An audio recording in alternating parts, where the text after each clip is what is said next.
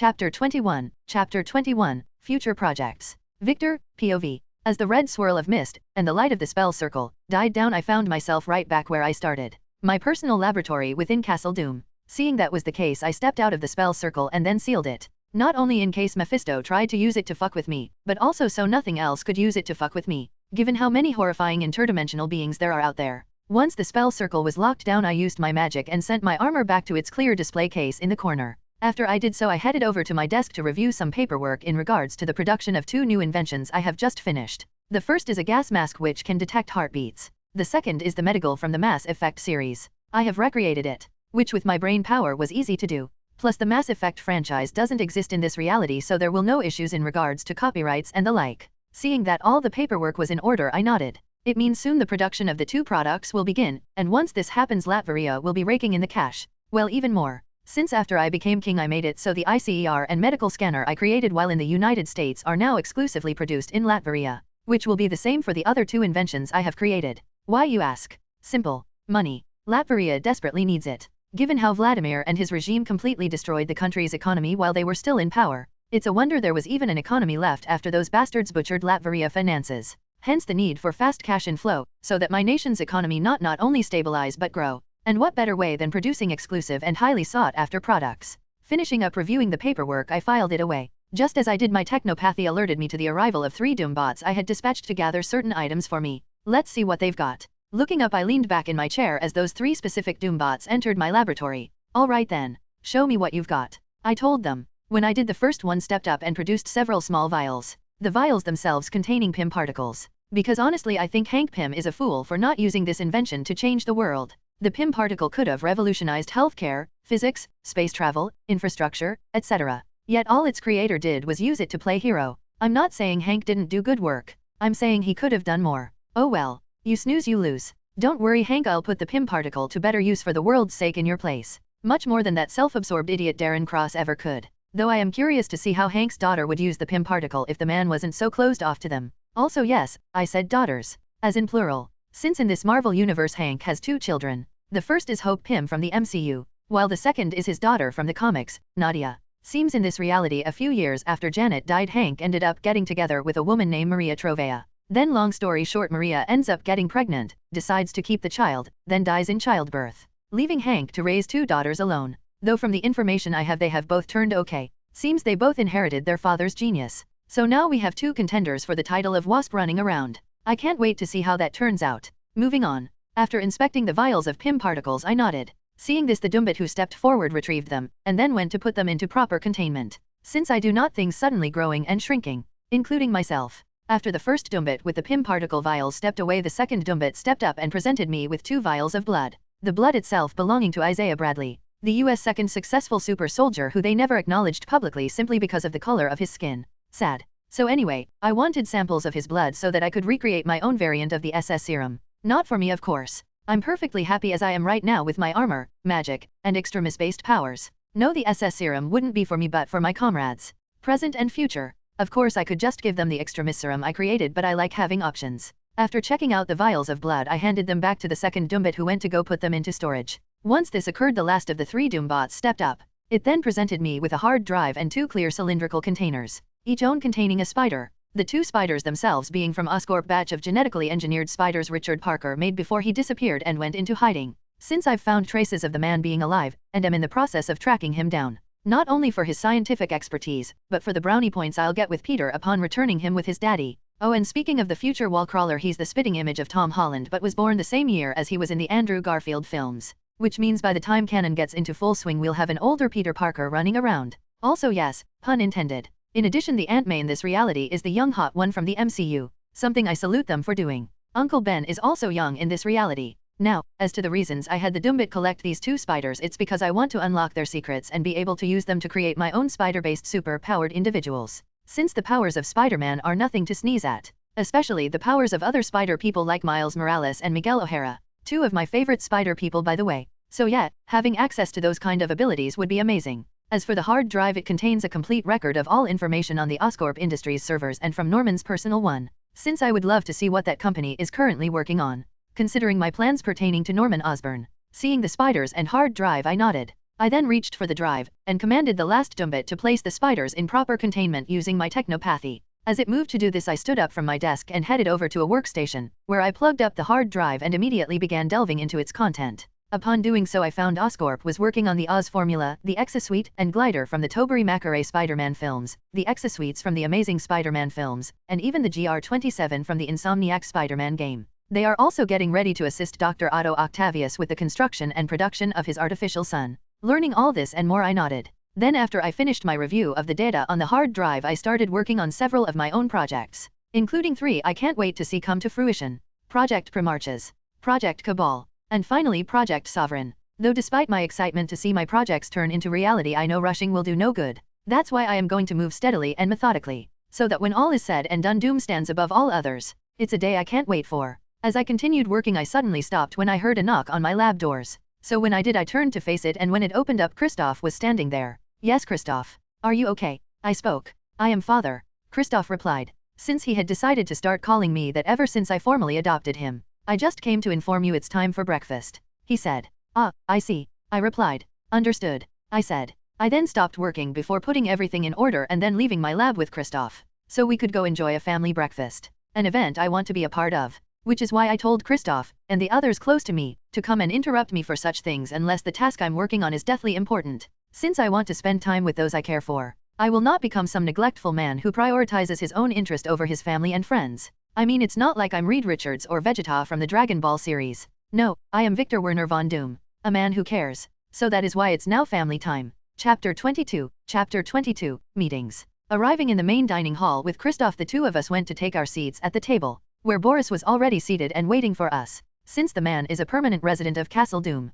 because since he is basically a second father to me, there is no way I'm going to let him live anywhere else. Plus I enjoy his company, and the advice he gives me where certain matters are concerned. He's actually one of my top advisors. Once Christoph and I arrived, the staff began serving us our food. All of the staff being people Boris hired, for he was sure of their loyalty. Even so, I still had all of them sign the magical contract like Lucia did when she first agreed to work for me back when we were in US. Because I am not that trusting. I can't afford to be. I know I sound slightly paranoid, but it's not paranoia if people are actually out to get you, and people are out to get me. Plus this is a Marvel universe, so it's better to be paranoid than sorry. Breakfast went off without a hitch. Then once it was over, I bid farewell to Christoph and Boris, the former heading for lessons with personal tutors. Since although Christoph, I realized immediately after we met, the boy had never had any sort of formal education, which I decided to rectify as soon as possible, because he couldn't move on to bigger and brighter things without a proper base. While the latter is heading to the central government HQ to help in the reconstruction and revitalize iron projects for Latveria, which is where I am also headed.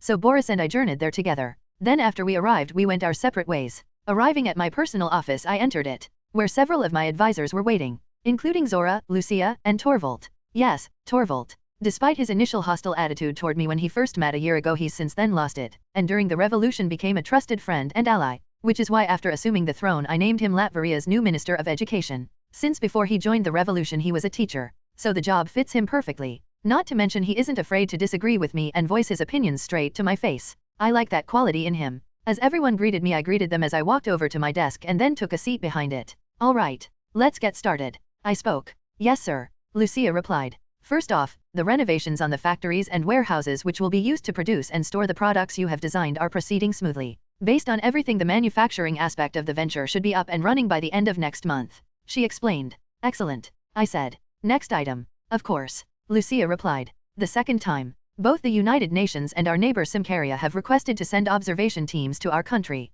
she said. TCH. Torvald clicked his tongue. The damn United Nations. They did nothing while Vladimir and his people ravaged our homeland for years, and now that we have finally taken it back they dare interfere. He passionately spoke. Others in the room agreeing with Torvald. Everyone calm down, please. I too share your outrage at this, I said. Getting all eyes on me. You do, my king? Torvald asked. I nodded my head. I do. But given our nation's current status, antagonizing the United Nations is not something we can afford to do right now, so for now let's play nice. But when the time comes, the United Nations will be kissing Latveria and its people's asses. King Victor is right, Zora added. Having a group boasting such large manpower and resources angry at us right now is unacceptable, she explained. Especially when we do not even have a truly functional military force yet. On that note, how is the development of the defense forces going? I asked. Very well, my king. The conversion of the former regime prison camps into military bases and facilities is proceeding smoothly, as well as the revamping of the War College and its curriculum. We are also getting a steady number of recruits signing up, Zora explained. Good, I said. So Torvald, how is your major project coming along? I asked. All well and good, but we're missing key personnel to make the project truly work, he explained. Oh, I know, and don't worry about that. Just leave it to me, I said. The meeting then continued and my advisors and I discussed many other things, including the fact we would delay the United Nations team visit and instead accept the diplomatic envoy from Symkaria first, since it would be very disrespectful to our longtime allies if we didn't give them the proper attention they deserved while in our country. They don't need to be competing with no thirsty thoughts. Thus my advisors made notes to set up the Symkaria visit first. They also informed me our embassies worldwide were undergoing the renovations I had requested. Lucia also mentioned she was training new diplomats to replace the old ones, since all of them were loyal to Vladimir and his regime. After 3 hours passed, the meeting came to an end, so I let everyone get back to their other business, save for Lucia, Zora, and Torvald. I asked them to stay behind. Then shortly after I did, Boris arrived. Once this happened, I used my technopathy and locked down my office,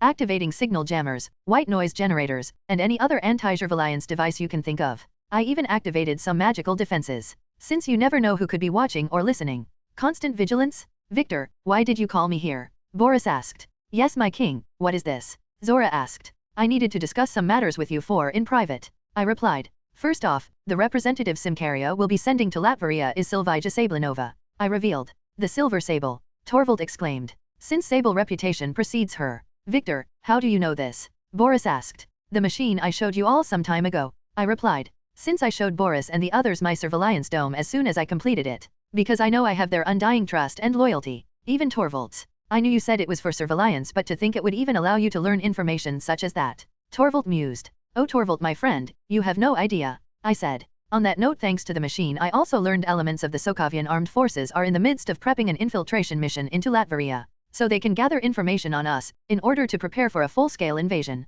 I explained. Everyone getting looks of disgust and anger on their faces as soon as I finished speaking, mirroring my own emotions on the matter. Trust me, I am outraged too, but let that not cloud our view of the situation, for this is an opportunity, I said. How? Torvald asked. You're planning to annex Sokovia and make it an extension of Latveria, Zora spoke, as if reading my mind. Zora, my dear, you are correct, I said. Truly, Victor, is that your plan? Boris asked me. It is, I replied. Firstly, because Sokovia is planning to do the same thing to us, so it's only fair we turn the tables on them. Secondly, Sokovia reminds me a lot of Latveria, a powerful dictator oppressing his people and the rest of the world ignoring their cries. Well, I won't, and I hope you all won't either. I will follow you, Victor, Lucia said. As will I, Zora added. My boy, I trust you, Boris spoke. Well, you're going to do this anyway, so I'll come on willingly instead of being dragged, Torvald said. Thank you all, I said. The 5 of us then had a quick planning session before I let them all leave my office. Then I got to work. Latveria itself then fell into a comfortable rhythm for over a month,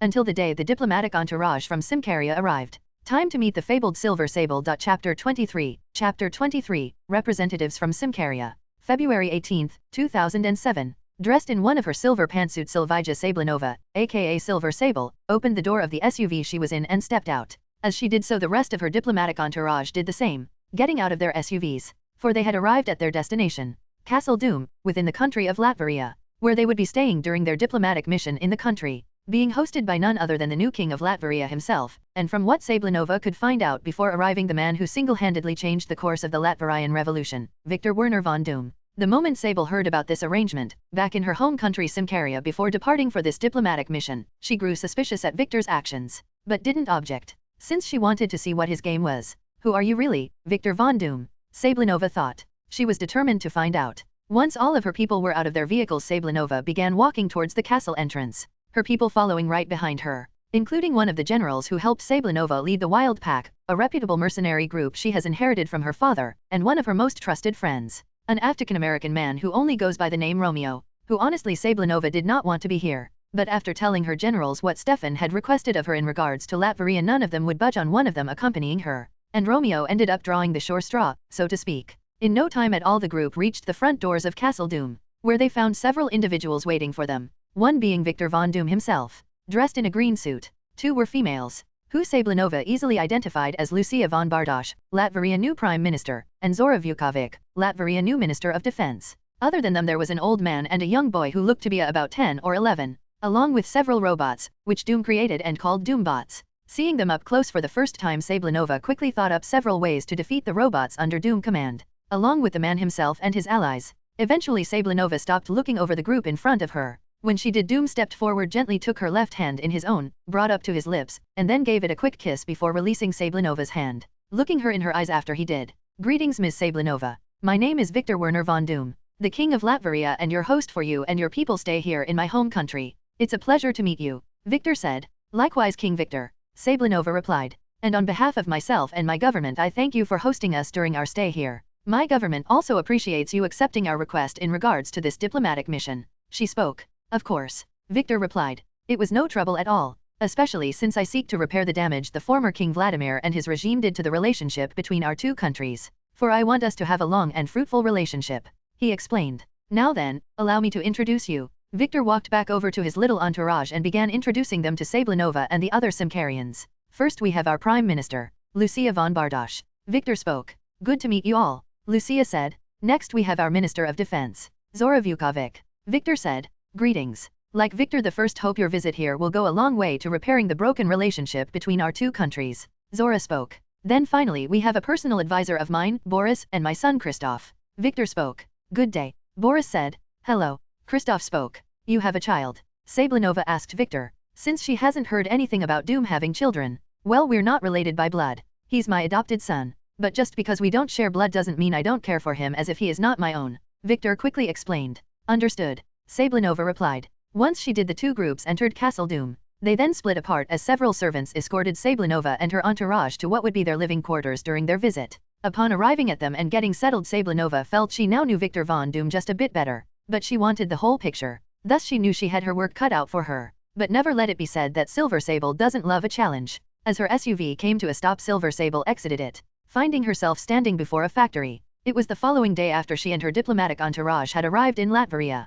After a rather delicious formal dinner with King Victor and his own entourage last night, Sablinova and her people then turned in for the night. Then after a delicious breakfast, she and her people had left to begin their tour of Latveria itself, being escorted around by Boris. Getting out of the same SUV Sablinova did, since the two were sharing it. Boris moved to stand by her side. Then once everyone was gathered, he stepped forward. Ms. Sablinova and company, what you see before you is one of Latveria's newest production factories, Boris explained. And what exactly will this factory be producing? One of the diplomatic entourage asked. One of the inventions King Victor created, Boris replied, of which there are currently 4, which he has decided will be made exclusively in Latveria, he said. Can we go and take a look at the factory itself? Sablinova asked. Yes, of course. Just follow me, Boris said. He then started walking towards the factory, Sablinova and her people following right behind him. In no time at all their group reached the factory itself. Once they did, the Doombots guarding it allowed them entry. As Sablinova did, she immediately began looking around and making observations, including the smiles on the workers' faces, and the concentration they were putting towards their tasks.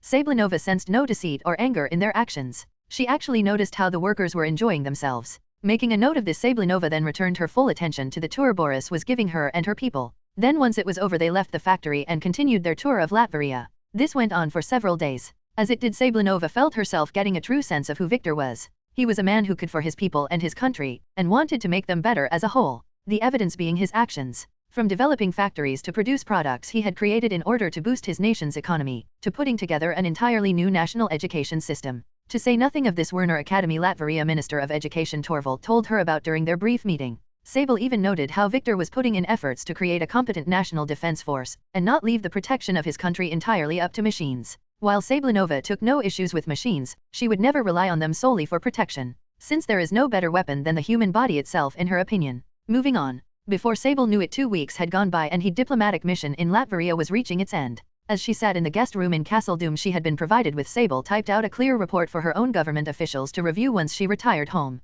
while she also organized her own thoughts regarding Latveria and found the right words to say to King Stefan in person. Eventually Sable stopped doing these 2 things. She then got ready to turn in for the night, only to hear a knock on her door. Yes, who is it? Sable asked. No, to get no answer. Thus she got up and went over to open the door, only for her years of instincts and training to kick in at the last minute before she could. Once more, who is it? Sable asked, only to get no response again. This only made the bad feeling she was experiencing grow worse. Thus Sable moved over to her suitcase, but before she could reach it, her room door swung open and 2 men rushed inside, slamming it shut behind them. Out of the corner of her eye, Sable noticed them. She then jumped, putting distance between the 3 of them, only to then find herself staring down the barrel of a gun, equipped with a silencer, held in the hands of one of the men who had just forced their way into her room. Men Sable recognized as members of her own diplomatic entourage. shocking her. But before Sable had time to even process this, a figure suddenly appeared out of thin air between her and the two men, who Sable immediately recognized. It was Victor, wearing his armor. And although Sable was not facing him, she could tell Doom was pissed.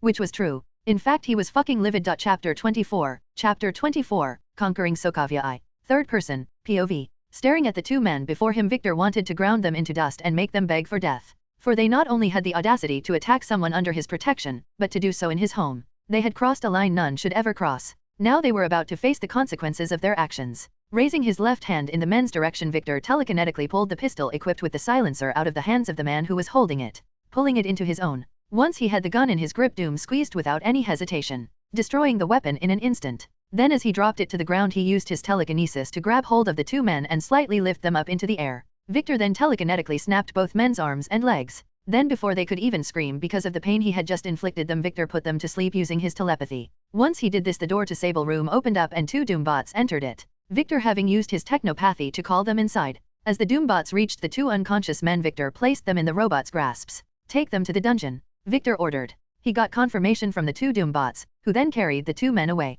Once they out of the room, Doom turned around to face Sable, getting a nice view of all she had to offer, since she was wearing a grey nightgown. Moving on. Ms. Sablenova, are you okay? Doom asked. Yes, I am, Sable replied. Also, thank you for your assistance. No thanks is necessary, for you are a guest in my home and thus under my protection, Doom retorted. And do not worry about the rest of your entourage, for before I came to your assistance I dispatched Doom bots to attend to them, he explained, along with bots to protect Kristoff and Boris, especially since Victor had no idea if any more members of the Symkaria entourage were not what they appeared. That's why as soon as one of the security measures he has installed throughout the castle had alerted him to Sable's predicament, he put his entire home on lockdown. Because one incident was already enough, and Victor was not going to have another. I see, Sable replied. Then you have my gratitude, she said, as well as my apologies. I did not mean to bring strife into your home, nor your country. As I have just said, you have no reason to apologize, Ms. Sablenova, Victor said. I can reasonably conclude this incident is not of your making, and that you are just a victim in it. So you are not to blame for this. No, that honor belongs to another, who Victor will make wish they were dead the moment he got his hands on them. But first he must deal with the immediate issues before him, namely the enemies in his castle. Excuse me, Victor said. He then left Sable's room, and closed the door behind him as he did, namely so she could get properly dressed, but also so he could begin dealing with the rats infesting his home. Moving with no hesitation in his steps, Victor quickly arrived in the palace's throne room. He then moved to take a seat on his throne, and clasped his hands together in front of him, beginning to wait as his Doombots escorted everyone he wanted to see to the throne room, including Silver Sable, who although Victor had left alone, was still being monitored by the security measures of the castle and a Doombot, just to be on the safe side. Because even though he had seen no deception in Silver Sable's actions, nor in her thoughts when he telepathically scanned her mind a few moments ago, he wanted to err on the side of caution. For no one will fool Doom more than once, if they even get a chance to fool him at all. 20 minutes passed, before all those Victor wanted to see were assembled in the throne room, having been escorted there by his Doombots, which was the entirety of the rest of the Symkarian diplomatic party,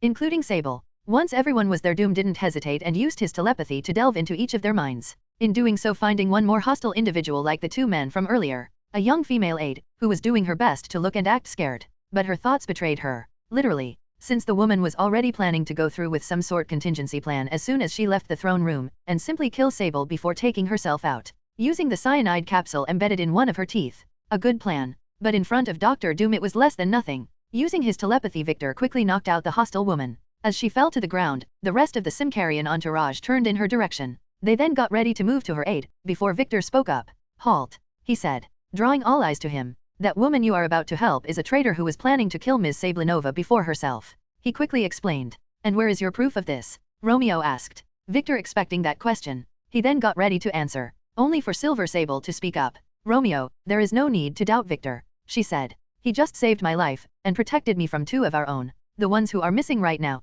I trust him. So if he says the girl is a traitor and a danger, then I for one believe him. Slightly surprising Victor, since he not think Silver Sable would defend him so easily. But sometimes it pays to be wrong. Hearing Sable speak, the others in the entourage stood down. Even Romeo, showing Victor just how much respect and trust Sable received from her comrades. He liked that. It also made him like her even more. Your confidence where this matter is concerned is appreciated, Ms. Sablenova. Victor spoke up. Now then, take her away. He ordered his Doombots, pointing to the unconscious woman. So they did as instructed and took her away. Victor making sure to instruct his Doombots using his technopathy to remove the woman's cyanide, and search her in case she had any other methods to suicide. He also ordered the same for the two Othra prisoners. Then once he did that, Victor began promptly explaining what had occurred earlier in regards to Sable, how he intervened and saved her from would-be assassins. Hearing the story, the remaining members of the Symkarian entourage were filled with anger, Romeo in particular. Now you see why I instructed my Doombots to bring you all before me, Victor said, once he finished telling the story. And to that end, until I know what exactly is going on here, none of you will be leaving the throne room,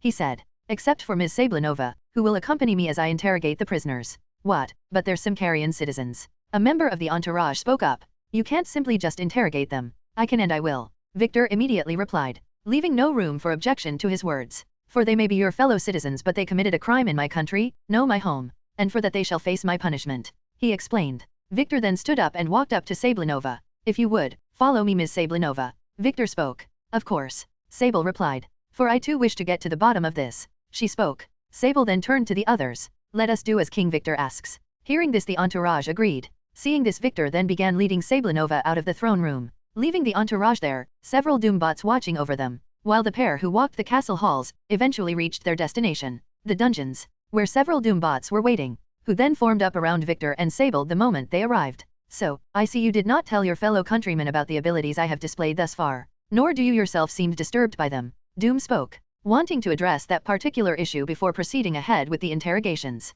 Given what I do, and how long I have been doing it, I've seen many things, even other individuals with extraordinary powers such as yours, Sable spoke. I also don't see a reason for my countrymen to know of your abilities since you aren't using them against us. At least as far as I know, you are placing a great amount of trust of me, even though we just met a short while ago, Victor spoke. True, Sable replied. But you don't get to be where I am without learning how to see the true intentions of a person a few minutes after meeting them, and I have seen your intentions, Victor. You seek to help your people and your country, and will not go looking for enemies, but if come looking for you, then they'll wish they hadn't. I can respect a man like that, as well as put my faith in him. Then again, I could be wrong. I assure you, you are not, Victor retorted. Well, I have to see that with my own eyes, Sable replied. Victor simply nodded his head at her words. Once he did, the pair got moving again. Arriving at the cell where the three hostile individuals were waiting, their bodies chained to the cell wall, Victor woke them up using a burst of telepathy. Then before any of them could even utter a word, he delved into their minds and took what he wanted. For this was an interrogation, Dr. Doom style. In no time at all, Victor found what he was looking for.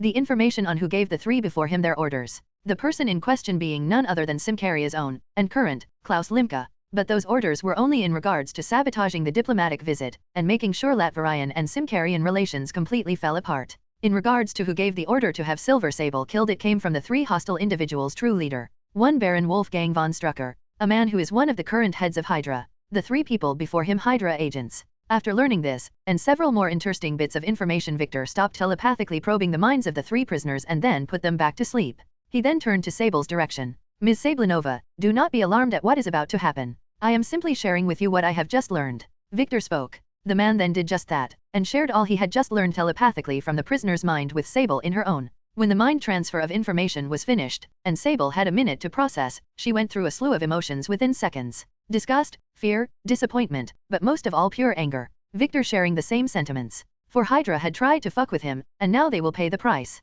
Ms. Sablinova, I think given what has happened, a face-to-face meeting between King Stefan and I is prudent to discuss our two countries' movements in dealing with this situation going forward. Wouldn't you agree? Yes, Sable replied. Excellent, Victor spoke, putting a devilish smile on his face under his mask. For it seems Sokovia will enter his grasp sooner than anticipated. Chapter 25, Conquering Sokovia 2, Third Person, POV. Sleeping soundly in his bed, King Stefan's eyes shot open when he felt a touch on his shoulder. He got ready to scream, but then immediately halted his actions when he saw who was standing above him. Silver Sable. But wait. This doesn't make any sense, Stefan thought. Because Sable was still supposed to be in Latveria on her diplomatic mission, so there should be no way for her to be standing in front of him right now. Unless, I am dreaming, Stefan thought. This is no dream. I can assure you of that, Your Highness, Sable spoke, knocking Stefan out of his own thoughts. So it really is you, Sable, Stefan mused. But how? With a little assistance from someone who you must urgently speak with. Because it concerns the state and future of Symkaria itself,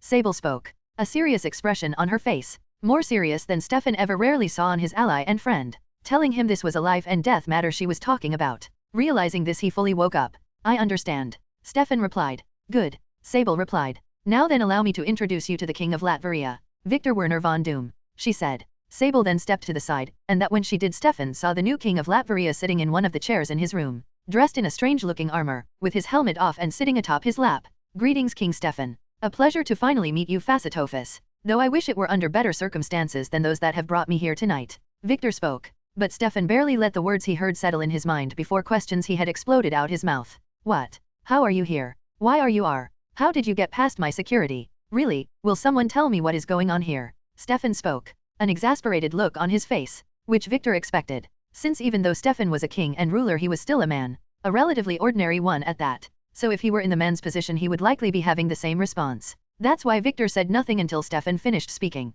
Once his fellow monarch did, Victor started talking once more. To answer some of your questions, King Stefan, it is as Ms. Sablinova said earlier. I am here tonight to discuss an important matter that concerns the current state and future of both our countries. And as for your other questions as how we got here and got past your security, let's just say I am a man of many talents and leave it at that for now. Victor said. Now then, let us begin, he said. Then before Stefan could even utter another word, Victor telepathically transferred all pertinent information he wanted to convey directly into King Stefan's mind. From the attempted assassination attempt against Sablinova back at Castle Doom in Latveria, to how he intervened and stopped it, to how his Prime Minister Klaus Limke was involved. Though just like with Sable earlier, Victor didn't give King Stefan any knowledge pertaining to Hydra's part in this plan, nor about Baron von Strucker, since he needed to be very careful about who he told about Hydra at this point in time, given he did not yet have all he needed to crush that disgusting cult in one blow. So in regards to them he was playing a bit of a long game. That is until Victor had all he needed to wipe them from the face of the earth. Then once he did, all bets were off. Though in regards to Strucker that would not be the case,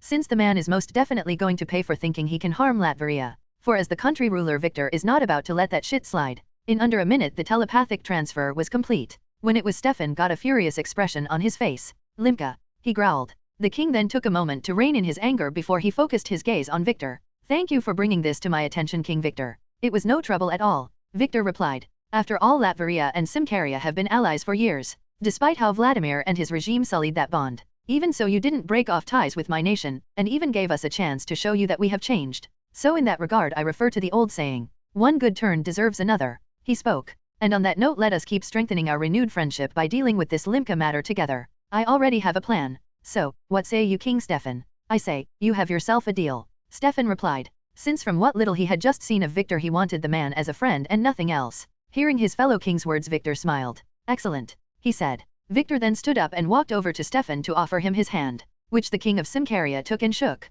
officially sealing their deal of cooperation in regards to Limke. Now Victor could truly get to work. As the beams of sunlight entered through his window and touched his face, the Prime Minister of Simkaria, Klaus Limke, stirred from his sleep. He then took a few minutes to truly wake up before getting out his bed and throwing his robe over his body and tying it up, completely ignoring the bodies of the passed-out young female escorts in their 20s who he had been lying in bed with, since Limke only saw them as tools for pleasure, and nothing else. Stretching his arms up into the air for a few seconds, Limke then stopped, and got ready to start his day. But before he could even take a step forward, suddenly a magic portal opened up underneath him and he fell through it. Ack! Limke screamed, due to the suddenness of the event he had just experienced. Then before he even had time to process what had happened, he hit the ground. As pain began to assault his body, Limke didn't have time to process that either before he found himself suspended in the air, and his body forced into a T-shape. Once this happened, Limke finally had a moment to process all the events that had just taken place in quick succession. Then when he did, he found himself angry. Though before Limke's anger could build any further, he noticed two people standing before him. The first was someone he recognized and hated. Silvika Sablinova, a bitch who called herself Silver Sable, a woman who had the king's ear, a job that should only belong to him. As for the second individual, Limke took a moment to realize who it was. The new so-called king of Latveria, Victor Van Dam or something. Limke didn't really care. Hey, Limke shouted. But before he could get any further, Victor used his telepathy to make him silent. He then went into the man's brain and began draining it of any knowledge he found valuable. In doing so, Victor found out how truly disgusting Klaus Limke was. From sleeping with underage girls, to facilitating the sale of weapons and drugs not only with his own country but internationally to other third world countries, to planning the death of Simkaria's former king Philip. Also, he could turn Stefan into his perfect little puppet as he assumed the throne. Now Victor might be a bastard, but at least he had certain lines he would never cross. But it seems Klaus Limke had no such lines, making knowing what was going to happen to him after all was said and done all the more satisfying for Victor. Disregarding the disgusting and depraved things Victor found while looking through Klaus Limke's mind, he also found exactly the information he was looking for. His relationship in regards to Wolfgang von Strucker and Sokovia. Turns out Klaus was one of the three heads of a major drug and arms trafficking ring. The other two heads being von Strucker and the tyrannical ruler of Sokovia, General Kamil Novity. The weapons and drugs themselves were manufactured in Sokovia, then sent to Simkaria where distribution would take place. Latveria's role in the whole operation being nothing more than a waypoint for the goods themselves. Given how unstable the country was in the past, But all that changed now that Victor had become king, meaning everything now made sense to him. Von Strucker wanted things to go back to the way they were before, so he had ordered his agents to kill Silver Sable, hoping it would either ruin relations between Lataviria and Symkaria permanently, or more than likely spark war between the two nations. Given how beloved Sable was to the people of Symkaria, Victor can only assume Strucker hoped for the latter, since that would ensure he could go back to conducting his business in peace. Or maybe the man hoped Sokovia could annex both Latveria and Symkaria when the dust settled. Victor didn't really care. All he did care about was giving Strucker a fate worse than death now more than ever. Once Victor finished collecting all the information he wanted out of Limka's mind, he stopped digging through it, and then transferred all the information he wanted to from the mental probe into Sable's mind. When he finished, Victor dropped Limka on the ground, where Sable started walking towards him, having pulled 2 knives from their sheaths on her leg holsters. Then just as Klaus regained his senses, Sable was upon him. What? No, stay back. Sable, I said stay back. No, no, no, Limka shouted at the top of his lungs. Ignoring this without any difficulty, Victor began crafting a plan inside his mind on how to integrate the people of Sokovia into Latveria, since in his mind they were already his citizens and subjects. Chapter 26, Conquering Sokovia 3, Third Person, POV. Stirring awake Helmut J. Zima quickly got his bearings, after which he began to examine his surroundings. Insert image of MCU Baron Zima here. Immediately after doing so, he began thinking up various plans in relation to escape, since the Sokovian soldier quickly realized he was chained up inside of a dungeon cell, meaning he had been captured, most likely by members of the Latverian armed forces, since he and his subordinates had been sent on a mission to infiltrate Latveria and assess the country's overall situation. Now that they had a new government and monarch, in Zimo's mind this mission was an easy one. Still, he didn't let that stop him from taking every precaution. But even with precautions and planning, here he was, telling him Latveria was much more a threat than he initially assumed. A threat he must inform his leaders about immediately. Hence why he was in such a hurry to get out of his current situation as a prisoner. But as Zima was thinking exactly how to do this, he stopped and turned his attention to the cell door, since it was opening. When the cell door finished fully opening, 2 Doombots entered and then took up positions on either side of Zima. Then once they had done this, Victor, in his armor, entered the cell, his hand clasped behind his back. Seeing the new monarch of Latveria standing before him, Zima had to admit the man was impressive. Even so, the Sokovian colonel was not going to be so easily intimidated. Thus he looked Victor right in his eyes and didn't shy away from his gaze, an action Victor quickly noted. Quite the brave man you are, Colonel Zima. Victor began. To display such a defiant look in your eyes while chained up, at the mercy of the leader of the country you and your men infiltrated in preparation to invade it. He spoke, the expression on Zimo's face not changing a bit at the revelation of this information by Victor. But on the inside he was worried, since this told Zima Latveria had somehow managed to obtain highly classified information that was only known to a select few within the Sokovian government and military, him being one of them. Given he was put in charge of the infiltration mission, it should have been nearly impossible for Latveria monarch to know this. Yet here he was, speaking on the subject easily, telling Zima his nation likely had a traitor in their midst, for he couldn't think of any other likely way Latveria could have obtained such knowledge. You are wrong, Colonel Zima. There is no traitor working with us in your government or military. Victor spoke. Hearing this, Zima finally got a shocked expression on his face, which Victor completely ignored. The reason I know all I do is simply due to my own efforts, he explained. Now then, enough useless chatter. Let us get down to business. Unfolding his hands from behind his back, Victor stepped forward and then grabbed a hold of Zima's face with his left. He then easily lifted the man slightly into the air and slammed his back against the cell wall. At the same time Victor did this, he began using his telepathy and wormed his day into every nook and cranny of Zima's mind. Once he did, Dr. Doom began absorbing all of Zima's knowledge in regards to the man's military experience, from his skills with firearms, to his hand-to-hand combat techniques, to even the man's knowledge in regards to torture and interrogation. Victor took it all. Then once he was done absorbing Zima's knowledge in regards to his military experience, he then absorbed all knowledge pertaining to the interworkings of Sokovia. Once that was completed, Victor then went to work, molding Zima's mind so the man could be a benefit to him and him alone, since Victor decided Zima was too valuable a man to simply kill, given all the talents he possessed. Not to mention the fact he single-handedly caused the MCU version of the first superhuman civil war all on his own, showcasing just how dangerous of a man Zima truly is, a man Victor wants at his beck and call. So he kept Zima's ruthlessness and then increased it even more. He kept the man's love for his family, along with the love he held for his country people. In fact, the only thing Victor really changed in Zima's mind was where his loyalties lied.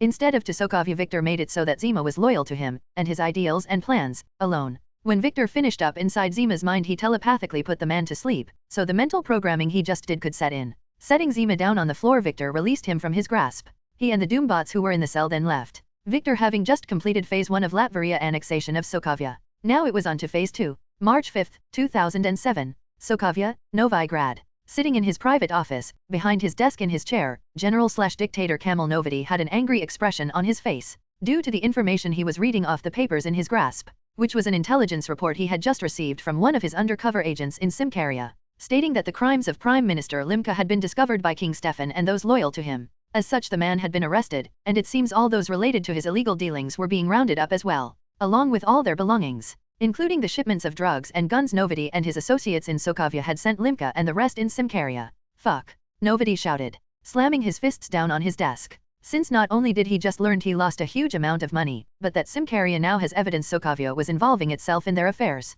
because the general knew how spineless Limca was. That little bastard is likely telling them everything as we speak. Camel thought, knowing the Simcarians would soon be pestering him, and if that wasn't bad enough, so would the Latvarians. Since just before Novity received the news regarding Limca, he got a report from the leader of the team he assigned on an infiltration and assessment mission of Latvaria, of which he was apparently the only survivor, given the rest of his unit was wiped out by the robots created by Latvaria new leader and king. An outcome Novity couldn't have even fathomed. But given the report was coming from Helmut J. Zima, a man who has served under him for many years, General Camel knew the description of events to be true. For Zima was not a man to embellish, or one to flee unless the situation was extremely dire, which it definitely was. Given the medical report on Zima, Novity got along with the colonel's after-action report on the Latvaria operation. So now 2 countries would be out for Sokovia blood. But Novity was not going to simply sit by and let those weak nations try and destroy everything he had built, everything he had strived and fought for, no matter what anyone said, not even Baron Strucker. No one will take what is mine. Novity spoke. He then called for his advisors and told them to schedule a meeting between him and his FOP military personnel, for he was going to show Latvaria and Simcaria the true might of SOC. Victor, POV. Sitting within my personal lab within Castle Doom, I leaned back in my chair and simply watched as Camel Novity ranted and raved upon a holographic screen, courtesy of a video feed I was receiving from a bug I planted in the man's office. The man talked about the greatness of his rule and the might of Sokovia. Blah, blah, blah. I tuned out the man's ranting until I heard him, in not so many words, declare war on both Latvaria and Simcaria, making me smile, since that means everything was going according to plan. Novity still has absolutely no idea he's being strung along. So with this phase 2 of the Sokovian annexation plan has been completed. Now it's time for phase 3, the funnest part in my opinion, blowing shit up. Time for Camel Novity to learn what happens when you fuck with Dr. Doom. Chapter 27, Conquering Sokovia 4, March 25, 2007. Sokovia. Asterisk boom, boom, boom, asterisk. Fall back, retreat. Save me, someone. Advanced. For Latvaria/Simcaria. These cries and other noises, such as bomb blasts and gunfire, rang out through the air itself being filled with smoke, and several legions of flying doom bots, who were working to utterly decimate the Sokovian forces, right alongside members of the reformed Latvarian Defense Force and members of the Wild Pack from Simcaria. Since 2 weeks ago, the countries of Latvaria and Simcaria had launched a combined offensive military campaign against Sokovia. Upon both countries' highest officials learning how much of a hand the leader of Sokovia, General Camel Novity, had been damaging them behind the scenes, including the arrangement he had with former Simcarian Prime Minister Klaus Limca, to traffic firearms and drugs through both their nations' borders. When this was revealed, people began crying out for blood, which is exactly what they got. All courtesy of Dr. Doom, Victor having already created a plan to conquer and annex Sokovia. Having worked out all the details of undertaking the endeavor with King Stefan and Silver Sable behind the scenes before it was revealed to the rest of both their governments. Now said plan was underway, and it was going smoothly. Supported by Doombots, members of the LDF and the Wild Pack had been taking and securing the nation of Sokovia piece by piece, their enemies unable to match them. Specifically, they were unable to match the Doombots Victor had sent out,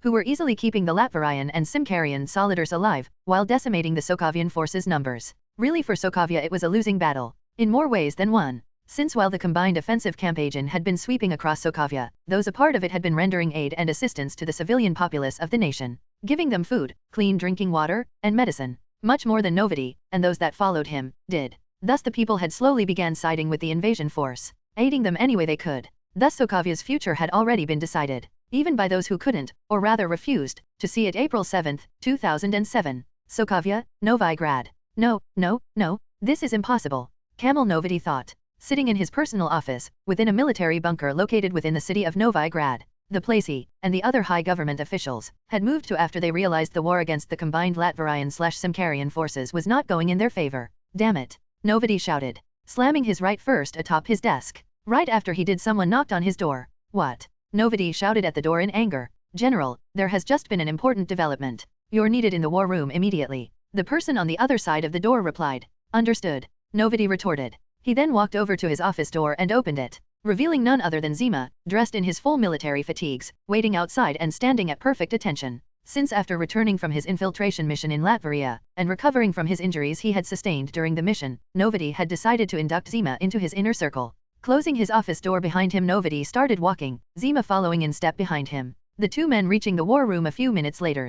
Once they did, Novity stepped up and pushed open the doors to the room, getting a shocked expression on his face a second later. Since when Novity opened the doors to the war room, he was greeted by the sight of all his top officials, seated around the room's circular table, dead. Bullets having been put in all of their heads. Novity only took a second to recover from his shock. However, before he could do anything else, a hole appeared in his head, and the light faded from his eyes. The hole in question having been made by a bullet, courtesy of a gun equipped with a silencer, wielded by none other than Zima. Falling forward, Novity's head slammed into the edge of the war room table. Yet this didn't faze Zima in the slightest. He simply continued staring at Novity, a blank expression on his face. Listen well, Camel Novity. This is the fate of all those who dare incur the full wrath of Dr. Doom, Zima whispered. He then put his gun away and closed the war room doors, so he could handle some business, all in service to his glorious leader, Victor Von Doom, a man who was on his way to truly changing the world. In his full armor, Victor stood atop a hill, two of his Doombots flanking him on either side, his eyes focused on the structure before him. The Hydra research base, run by Baron Wolfgang von Strucker,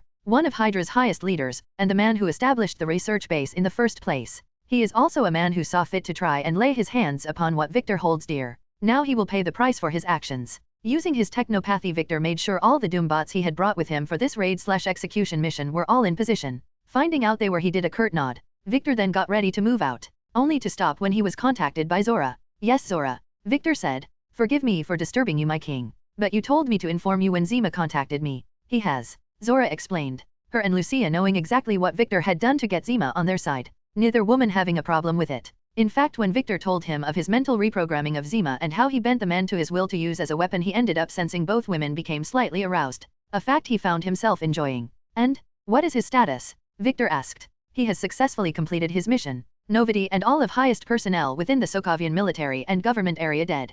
Zora replied. Excellent. Victor said. You know what to do from here. Of course, my king. Zora replied. The communication was then cut off. Once it was, Victor took a moment to savor his victory over Novity and Sokovia. Then once he was done, he returned his full attention to the matter at hand, dealing with Baron Strucker, and gaining his first victory over Hydra. So just as before, Victor got ready to move out, and this time no one and nothing impeded him. Thus he began his attack, getting ready to show Hydra a force they had never faced before. Chapter 28. Chapter 28, a force named Doom. Standing within the security room of his personal research base, Baron Wolfgang von Strucker had both his eyes trained on the multiple monitors in front of him. Insert image of MCU Baron Strucker here, as did the other Hydra agents in the room with him. The monitors themselves all showing the same image, just from different angles. It was of Victor, who was wailing through the forest, making his way to the research base at a leisurely pace, like he didn't have a care in the world. Seeing this, Strucker could only sneer. The fool. He spoke. I do not know how he located us, but it matters not, for in doing so he has forfeit his life. Eliminate him, he said. Yes, Baron Strucker. The Hydra agents inside of the security room chorused in unction. Several of them who were seated in front of the control panels, located right in front of the monitors, began pressing buttons on them. This in turn activated the defenses Hydra had set up within the forest surrounding the research base. While continuing his walk, turrets soon popped out of the ground and began firing at Victor. Yet the shots that hit him didn't slow him down in the slightest. They didn't even do the slightest bit of damage to his armor. Seeing this, Strucker got a curious expression on his face. Well, it seems this man isn't a total fool after all, he admitted. His armor can at least take some punishment. Makes me wonder what it is made out of. The Hydra leader mused. He then got an idea. Change of plans. I want you to send out our forces, and tell them to capture that man alive, or least his armor intact, he ordered. Yes, Baron, the Hydra agents replied. They then relayed Strucker's orders to the rest of their forces on the base. Once this happened, it only took them a few moments to fully mobilize. Soon fully armored Hydra agents carrying energy weapons, tanks, and heavy-duty tactical vehicles equipped with machine guns began heading towards Victor's position. Within 10 minutes they met. Yet despite seeing all the firepower before him, Victor never stopped walking forward, which was just fine with the Hydra agents, who all aimed their weapons at Victor. Open fire, one of the Hydra commanders yelled. When they did, a powerful salvo of energy shots, machine gun fire, and tank shells, all began racing towards Victor, but none of them even came close to touching him. All fire stopping a meter, 3 feet, from his position, courtesy of the force field Victor had activated the moment he was fired upon. Though the Hydra forces didn't know this, that's why they continued firing upon Victor. Despite the fact none of their attacks were reaching him, this continued until Victor was right in front of the Hydra forces. Once he held out both his hands in its direction and unleashed powerful blasts of electricity into it. Ack! the blasts in question striking the Hydra soldiers, the tanks, and the heavy-duty tactical vehicles, in turn easily killing the former, and heavily damaging, and even in a few cases, destroying the former too. Upon learning all the enemies in front of him were dead, Victor stopped his electricity blasts and lowered his hands. He then started walking again, stepping over the dead bodies, and the charred and destroyed remains of vehicles he had created without any problem at all. Back in the security room of the base, having witnessed what just occurred, Baron Strucker and the Hydra agents with him were all left speechless. That's impossible. Simply impossible, Strucker cried, getting an angry expression on his face. No man is that powerful. Attack him again. This time full force? I want him dead. Yes, Baron, the Hydra agents replied, though not with the same vigor as before, since after seeing what Victor just did they had lost it. Still they began executing their leader's commands. They dispatched more of their forces to confront Victor, while also launching missiles at the man, from the missile launchers they had installed on the outer edges of the base. As they raced through the air, the missiles eventually reached Victor's position and began bearing down on him. But before any of them could make contact, his force field stopped them. So despite being engulfed in an explosion, when the smoke cleared, Victor was still perfectly fine, as well as still continuing walking towards the base. But just as he was before, he was soon encountered by Hydra forces. Yet unlike before, Victor went on the offensive immediately. Raising the points of his fingers in their direction, Victor unleashed beams from each of them, his 10-finger lasers easily destroying all Hydra forces in his path within a matter of minutes. Thus, unlike before, Victor did not have to stop walking. No, no, no, Strucker cried. Enough of this, he said. Call in all our forces. I want this armored man destroyed, and I want him destroyed now. Contact everyone, even those not at the base presently, the Hydra leader ordered. Yes, Baron. The Hydra agents with him in the security room replied. They then went to work executing Strucker's orders just as before. However, unlike before, this time a problem arose. Baron, one of the Hydra agents seated at the control panel spoke up. We have a problem, he began. Our signals are all being jammed. I can't send 1 hour, nor am I receiving any, the Hydra agent explained. No, that can't be, Strucker said. Oh, I'm afraid your agent speaks the truth, Strucker. A new voice suddenly spoke up, surprising Struck and his Hydra agents. What? Who said that? Strucker asked. Show yourself, he demanded. Quiet down, fool, the voice instantly replied. And for your information, I have already shown myself. You're looking at me right now after all, the voice said. It then only took Strucker and his Hydra agents a moment to understand. Turning their attention back to the monitors, they saw Victor waving lightly at them. Hello there, Victor said. You, Strucker cried. Yes, me, Victor replied. One of the men who rules one of the kingdoms you and your pathetic cult decided to try and lay your disgusting hands on. Dr. Doom, he explained. Wait, you are the new king of Latveria? A Hydra agent questioned. That I am, Victor replied, as well as the one who will send you all to the afterlife. He spoke. Enough of your useless bravado, Strucker spoke. Give up now and we may show you some semblance of mercy. But continue on your current path and you shall know a fate far worse than death. For you do not know who you toy with, you foolish king. No, it is you who do not know who you are messing with, Victor exclaimed. You dare demand a surrender from me? You dare try and claim any dominion over me? Fool, I am as far above you as a cockroach. I am Doom, he shouted. And now you will know my wrath. Victor then stopped in his tracks, since he was now squarely in front of the research base. Raising his hands, Victor then aimed them in the direction of the base and began unleashing 2 powerful blasts at it, destroying the building with ease. As he did, Strucker and the others inside felt it, for the building began to shake around them. Get me out of here, Strucker shouted. Yes, Baron, the Hydra agents replied. They then formed a protective circle around Strucker and the group left the security room. Once they did, they began moving through the halls of the research base towards one of the many secret escape tunnels Strucker had installed when he had the base constructed. Arriving, Strucker put a triumphant smile on his face. Looks like that Dr. Doom was just all talk. Which I knew, of course. Now when we next meet I'll show him the true meaning of the word despair, Strucker thought. Then just after he did, several shots came out of the tunnel and struck each and every one of his men, killing them. Seeing this, Strucker moved to pull out his weapon, only to fall to his knees when he suddenly felt something heavy touch his left shoulder. Turning around to see what it was, Strucker found his gaze on none other than Victor. Hello, Strucker, Victor spoke. Are you ready to experience despair? He asked. Then before Strucker could respond, Victor began electrocuting him.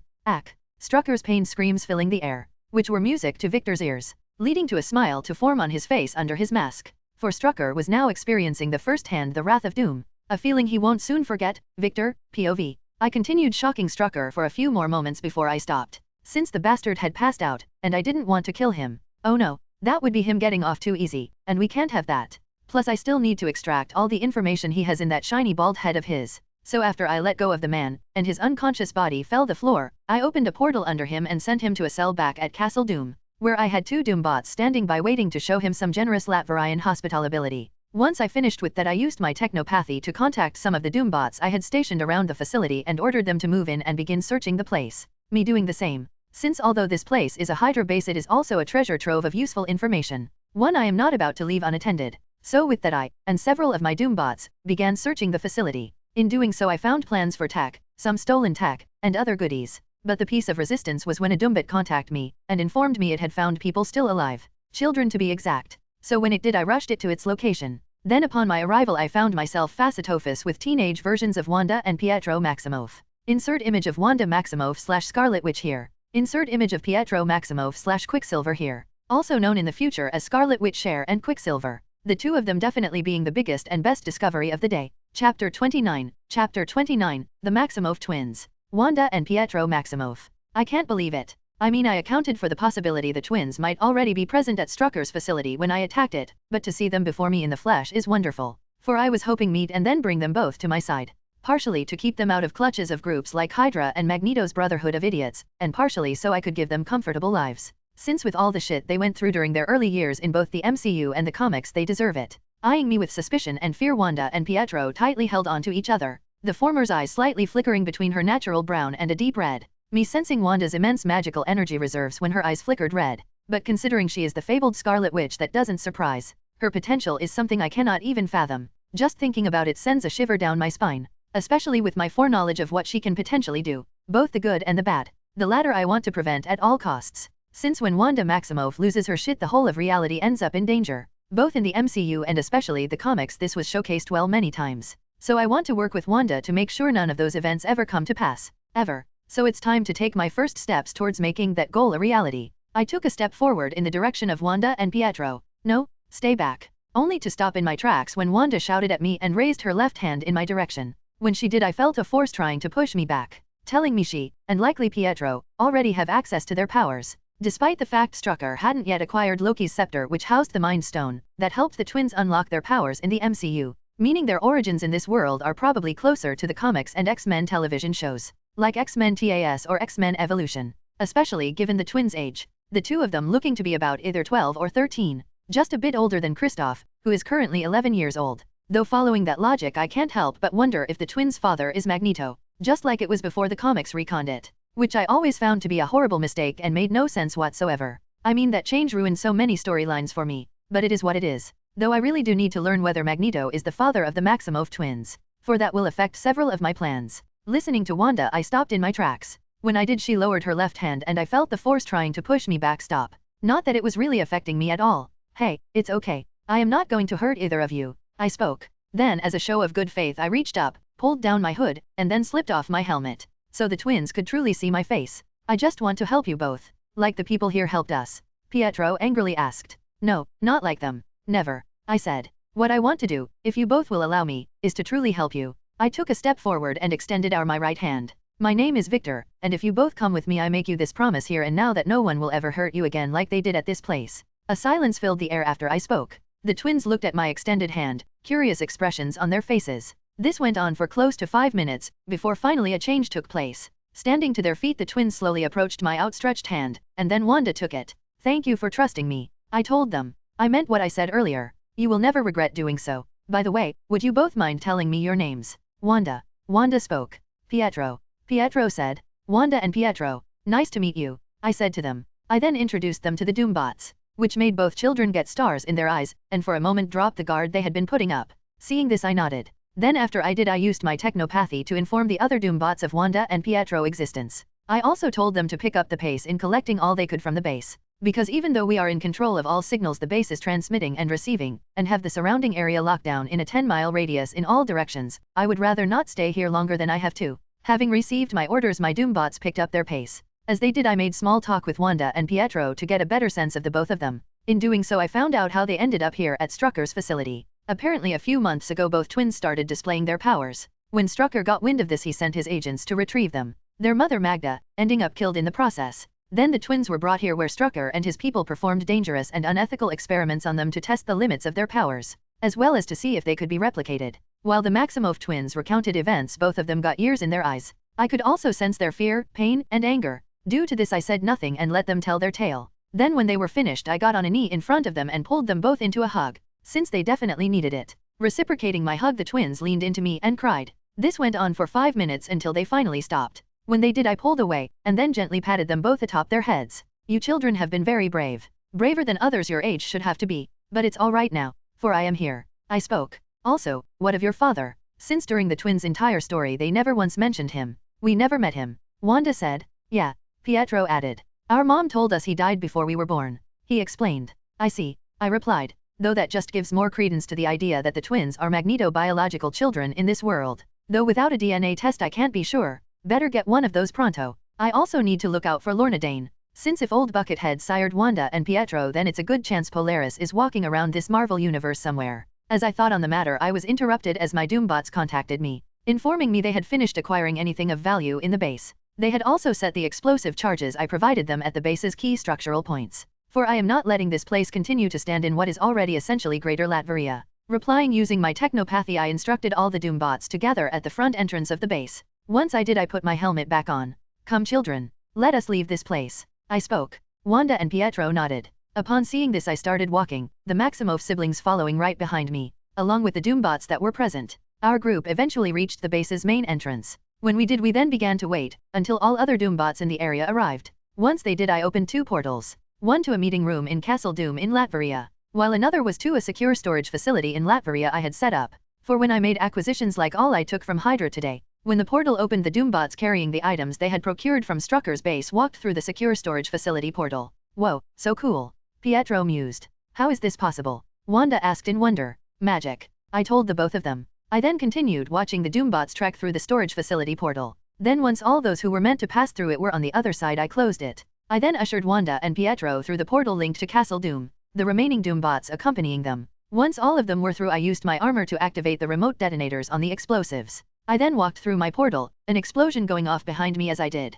Always wanted to try that. Once through, I slammed the portal shut. My mission having been accomplished and then some. Chapter 30, Conference Call. As Wanda and Pietro looked around the meeting room, curious expressions on their faces, I sent off one of the Doombots to collect some members of the castle staff, along with someone I really want Wanda and Pietro to meet. While the twins continued to look around, I took a seat in one of the chairs. I then used my armor's comm system to contact Lucia, while I also put up a small silencing spell around my immediate person, since I did not want mine and Lucia's coming conversation overheard. Yes. Hello my king. Lucia spoke, her voice extremely professional, as it should be, since right now we are in the roles of king and prime minister, not lovers. Though seeing as how her performance in her duties has been nothing less than exceptional, I'll make sure to give her an extra special reward later when I have a chance. Since I am nothing if not a generous lover, give me an update on the war effort. I commanded. Yes, of course. Lucia replied. Currently our, and the Simkarian, forces have taken control of 70% of Sokovia. The remaining 30% of the nation estimated to be under our control by the end of the month, in a large part due to Zima's efforts. On that note, I wish to inform you that Zima successfully made his escape. He and his family reached the extraction point without encountering any issues, and are now en route to Latveria as we speak. She explained. Most excellent. I replied. On all accounts, Zima has just proven himself to be the asset I knew he could. Having taken out Novity and his loyalist followers, who were the government of Sokovia in every sense of the word. Now with them gone, the country is firmly within my grasp.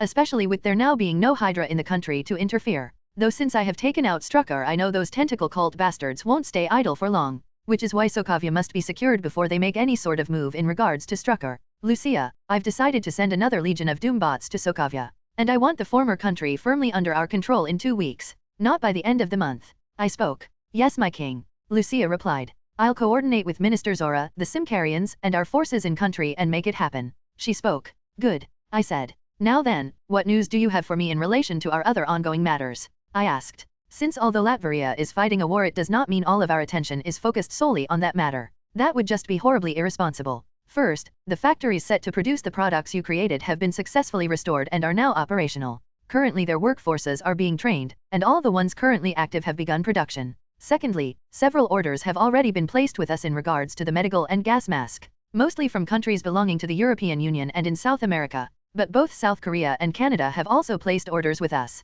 All of them have also already sent some form of advanced payment, which is being distributed to the various governmental departments and programs you have created, as we speak, just as you instructed to happen. Lucia explained. Good, I said. The money has finally started to trickle in, and now that is as I'll make sure it doesn't stop. Yes, it is. Lucia agreed. Now then on to the third matter. The construction of the Werner Academy has finally been completed. Fourth, the reconstructions of our various embassies abroad has also been completed. Fifth, the United Nations is strongly recommending you come and attend the next General Assembly meeting, which will take place during the beginning of June, she explained. My brow twitching at what Lucia just informed me about in regards to the United Nations. Me knowing strongly recommending is their way of saying come speak to them or else. If I do attend the General Assembly meeting at the United Nations at the beginning of June, what kind of backlash could we expect? I asked. Since I have no time to dance around this annoying topic. At best, various sanctions. At worst, they could disavow your monarchy and declare the government you've created a rogue state. This it would give them cause to send in their peacekeeping forces if they saw fit. Lucia explained. Me grabbing and squeezing the arms of my chair after she finished. Those self-serving bastards think they can threaten me? They have no idea who they're trying to fuck with. So I guess they need an example of what happens if they try. Lucia, set up a visit for me to our New York embassy and inform the UN I shall be there at the start of the next assembly in June. I calmly spoke. Of course my king. She easily replied. And ask when there that you don't slaughter the entire UN assembly. No promises. I replied. Understood. Lucia retorted. Now then, there is one more item on the agenda. And I saved it for last since it was the most important. Plus I knew it would put you in a good mood. I've managed to make contact with the Black Widow, she said. Upon hearing this a smile formed on my face. Lucia having been absolutely right in her judgment of that little piece of information. It has put me in a good mood. Since before S.H.I.E.L.D. sinks their teeth into Natasha I mean to recruit her myself. Because doing so will help me advance so many of my plans. You're right. That news has put me in a good mood. I spoke. And just for that your reward is going to extra special later tonight for sure. Victor please. We are handling business. Lucia replied. Actually our business has just been concluded. I retorted. Well then, continue your good work. I said. I then ended the communication between Lucia and I and brought down the silencing spell I put up. Immediately after I did so the doors to the meeting room opened and several members of the castle staff walked into the room. Along with Boris, and the person I wanted Pietro and Wanda to meet the most, Christoph. Considering all three of them have a similar background, I think he's just the person to help them come to terms with their current situation. I also hope the three of them will become friends. Considering Christoph doesn't have anyone his own age he can call one. Given his status as my son, a prince of the nation, and his genius-level intellect, it makes it hard for him to socialize, and I want to rectify that sooner rather than later. Since the Son of Doom will not be socially awkward. As soon as Christoph and the others entered the room Wanda and Pietro stopped looking around it and focused their attention on them. When they did Christoph walked up, a smile on his face. Greetings to you both. I'm Christoph Van Doom, and who are you? He spoke. Wanda Maximoff. Wanda replied. Hey, I'm Pietro. Pietro replied. Nice to meet you. The same. Christoph replied. Everyone, Wanda and Pietro will be our guests going forward. I spoke. Drawing all eyes in the room to me. So make them comfortable. I added. Will do father. Christoph replied. Father? So Victor is your dad? Pietro asked Christoph. Yes, he is. Christoph replied. He and Pietro then started chatting. Wanda soon joining in. Seeing this I nodded. I then went over to Boris. I leave them in your capable hands. You can count on me Victor. Boris replied. Oh I know I can. I said. I then excused myself. Since although the news I just received from Lucia was great for the most part, minus the United Nations bullshit, there is still much work to be done. Yes, still much. Heading down to the castle dungeon I soon found myself standing in front of the cell where Baron Strucker was chained up. Upon noticing me he looked up, a murderous expression on his face. Too bad for him his dream was never going to come true. Now then, let's see what secrets that shiny bald head of yours holds. I spoke. I then went to work on Strucker's mind. Showing the man exactly how worthless he truly is. Chapter 31, Expanding Latveria. 2 hours. That's how long it took me to extract all the knowledge I found relevant from Strucker's mind. From the location of other Hydra bases, to the true identities of other prominent figures in Hydra, to even information I didn't even know I wanted. I claimed it all.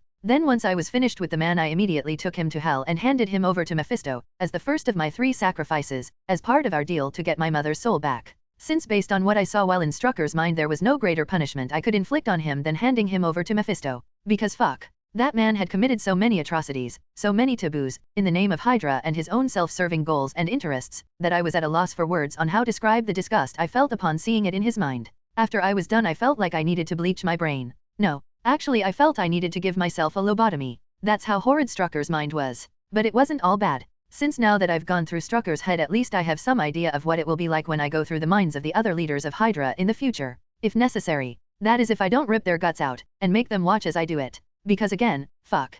Alone at my desk in my personal lab I simply sat in silence, and allowed myself a few moments to process what had just transpired. Then once 5 minutes had passed I stood up and put it out of my mind. For dwelling on such a matter for too long is unbecoming of a man such as myself. Besides, there is still much work that needs to be done. So with that in mind I opened up a portal and walked through it, heading to my next destination, to take care of the next matter on my very long to-do list. Once through the portal I closed it. I then focused my attention on what was in front of me, which is a 2-story cabin with several of my Doombots guarding it. The moment I appeared they turned their attention to me, but upon seeing me, their creator and master, they simply went back to what they were doing. As they did I walked past them and entered through the front door of the cabin. The inside of it having every modern convenience you can think of, and then some. Because even though this cabin in one of several safe houses I've established in Latveria to house certain guests, that doesn't mean it needs to be uncomfortable. No, rather I want the guests who stay in these safe houses to be comfortable, since depending on certain factors it may be the last bit of comfort they will ever get. Like the person I have stashed at this safe house.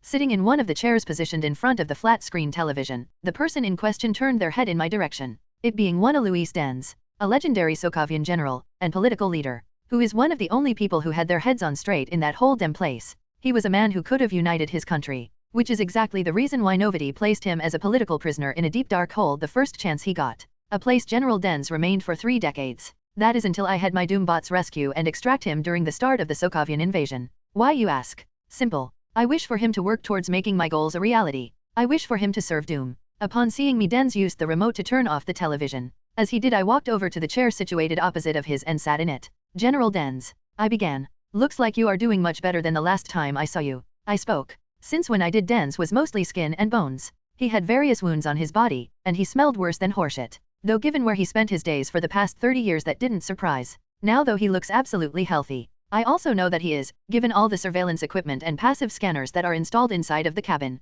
I am. He replied. All thanks to the treatment you provided me with. He said. But I know you didn't simply come here to check up on my well-being. So let's cut the small talk and get down to business, shall we? Sure. I replied, finding myself liking Dens's attitude.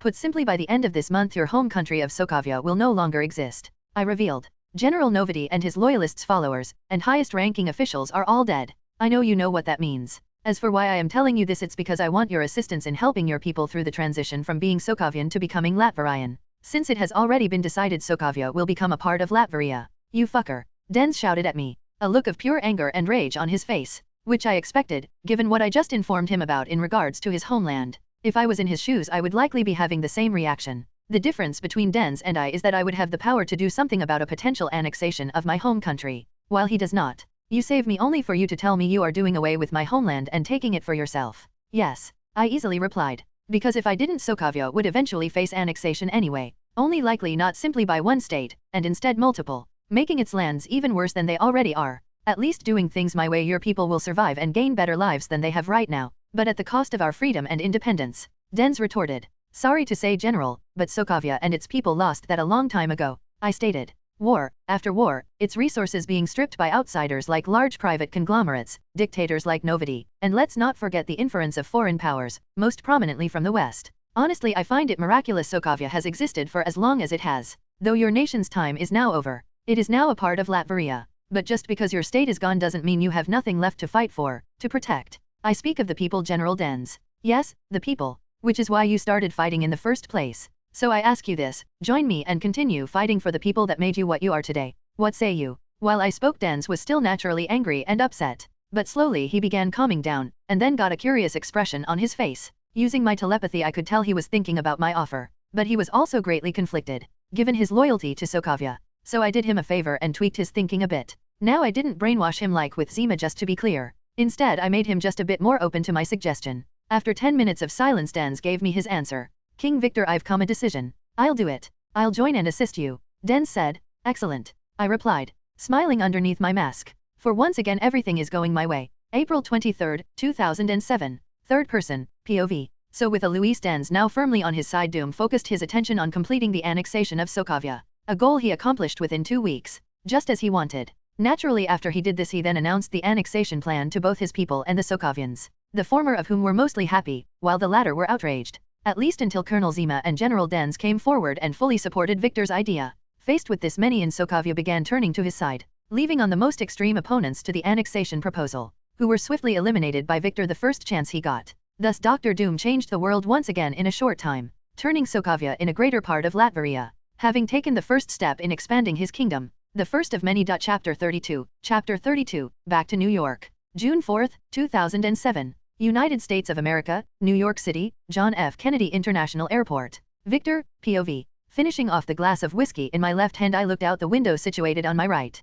watching as the tarmac of the private airstrip got closer and closer, as the Gulfstream G150 I was in descended closer and closer to it, until finally we made touchdown, now officially on American soil, given my jet just landed at JFK in New York City, a place I haven't been to in over a year since Lucia and I returned to Latvia to see its revolution to finality, as well as put our homeland on the path to greatness. My how time flies, I thought. As the G150 came to a full stop, my vision was filled several black SUVs sitting on the airstrip, all of them flying the Latvian flag. I also saw several people in suits, with earpieces standing around said vehicles, along with several of my Doombots, all of them being my personal security, given my status as not only royalty, but as the leader of a foreign nation. It would be insane if I did not have my own security detail. As to why there are actual living people included in it, and not just entirely Doombots, it's because I'm trying to placate any voices that would scream bloody murder if I only had robots that only followed my orders guarding me. For now that is. But this placating is only temporary. Other than my security detail, I also noted several reporters and new crews,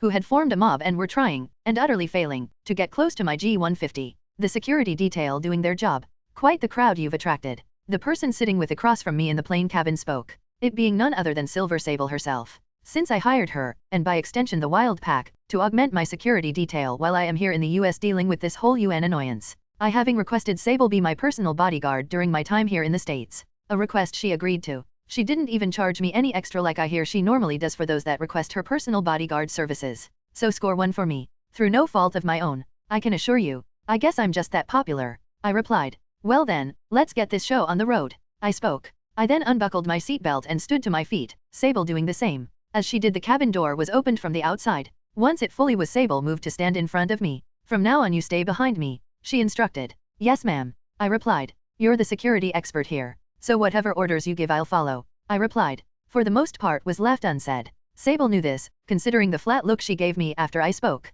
Right, she mused. Sable then turned around, giving me a ice view of her toned ass. A view I enjoyed as we made our ways to the cabin door. But then once we reached it, I moved my gaze upward and put my best fake smile on my face, since I knew if I didn't give the vultures something to feed on they would continue pestering me, which I did not want, nor need. So as Sable and I exited the plane, I smiled and waved at them, tuning out the questions, profanities, and even a few sexual comments they shouted at me as I walked to the SUV I would be taking directly to the New York Latvian embassy. Reaching it, Sable opened the door and then stepped aside so I could get in. Then once I did, she climbed in after me and closed the door. After we did, the rest of my security detail quickly got themselves in order, and soon we were on the move, away from JFK and towards the embassy. When I was sure we were, I dropped the smile from my face, wondering how politicians and actors pull off such shit all the time without their faces freezing. As I contemplated this, Sable suddenly decided to ask me a question. So, was my ass an enjoyable sight? When I heard her say this, I turned my head in her direction, and saw a smirk on her face. Seeing this, I knew exactly how to respond.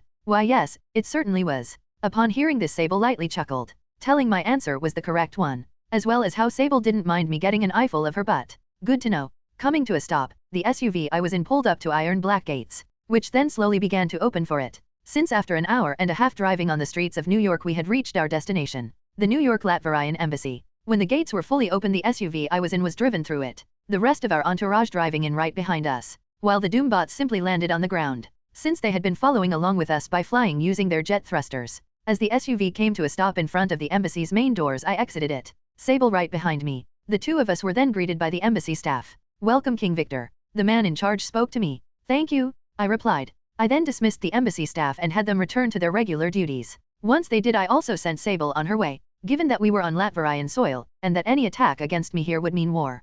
Plus I had things to take care of. Heading to the office I would use during my stay in New York, I went to sit behind the desk. I then used my technopathy to activate all of the rooms, installed counter-surveillance measures before activating a secure video uplink to Latvia, using the monitor on the office's back wall. When it connected, I was greeted to the face of Lucia. I'm glad you made it safely to New York, King Victor. She spoke. Thank you, Lucia, I replied. So, how goes things in the homeland? I asked. Even though I spent every last moment I could making sure things were as secure as possible before I left it 2 days ago to begin my journey here to the Big Apple, still, anything can happen. That's one of the reasons I decided to check in on home as soon as I made it to the embassy. Not to mention the fact our country basically tripled in size overnight with the annexation of Sokovia. Everything is well, Lucia replied. The rebuilding of Sokovia's former infrastructure is proceeding on schedule. The former members of their military who decided to join the LDF are integrating well, in no small part to the efforts of General Zima, she explained.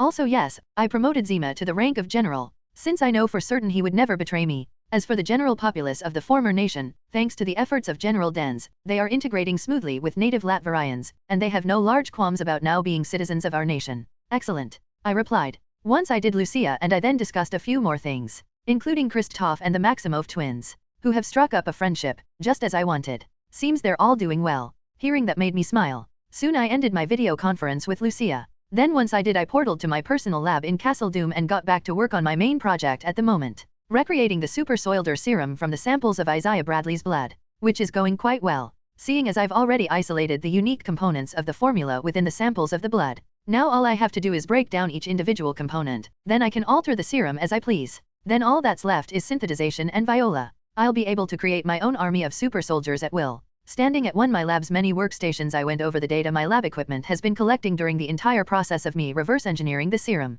Well, this version of the serum at least. Considering the others out there, I continued working for several hours, at least until an alarm went off. That in turn told me it was time to turn in for the night. So with that I tied up a bit before portaling back to my office at the New York Embassy. Not worried at all about my personal lab, since no one is allowed inside of there without my express permission. The defenses I have in place on it making fucking sure of that. Closing my portal behind me, I disengaged all the counter-surveillance measures. I then left the office and headed for my personal quarters. After arriving, I changed and went to the gym for a quick workout. I then had a quick meal, before turning in for the night. Considering what lied in store for me tomorrow, June 5, 2007, as the SUV were in came to a stop Sable and I exited it, finding ourselves standing right outside the United Nations headquarters. For today is the day I make myself known as their General Assembly. Time to show them, and the rest of the world, exactly who Victor Werner von Doom is. Fixing my tie, I then began heading inside, Sable flanking me, feeling ready to bitch slap all those present here today. Chapter 33, Addressing the United Nations. Upon entering the UN headquarters, my security detail and I were immediately met by UN building security, the leader of which then stepped up to me. King Doom, first off, welcome to the United Nations. We've been expecting you. Secondly, I'm afraid I'll have to ask you to leave. Your robot company's outside. He told me. I'm very sorry, but they're just too big of a security risk. First off, thank you for the welcome. Secondly, I'm afraid your request is impossible to fulfill. I easily replied. For you see, those robots are not only the property of Latveria, but also essential to my personal security. So they stay. End of story. I spoke, looking the man in charge of the security team directly in his eyes, which made him back down, and keep whatever words he was about to reply to me with firmly in his mouth. A good move on his part. Understood. He finally said after a few seconds passed. I'm glad we understand each other. I told him, flashing a smile on my face. Once I did, he and the rest the UN security team that had been sent to meet us escorted me, Sable, and the rest of my security detail to a waiting room, where I then got comfortable, but not before using my technopathy to access any and all systems and electronic devices within the United Nations headquarters.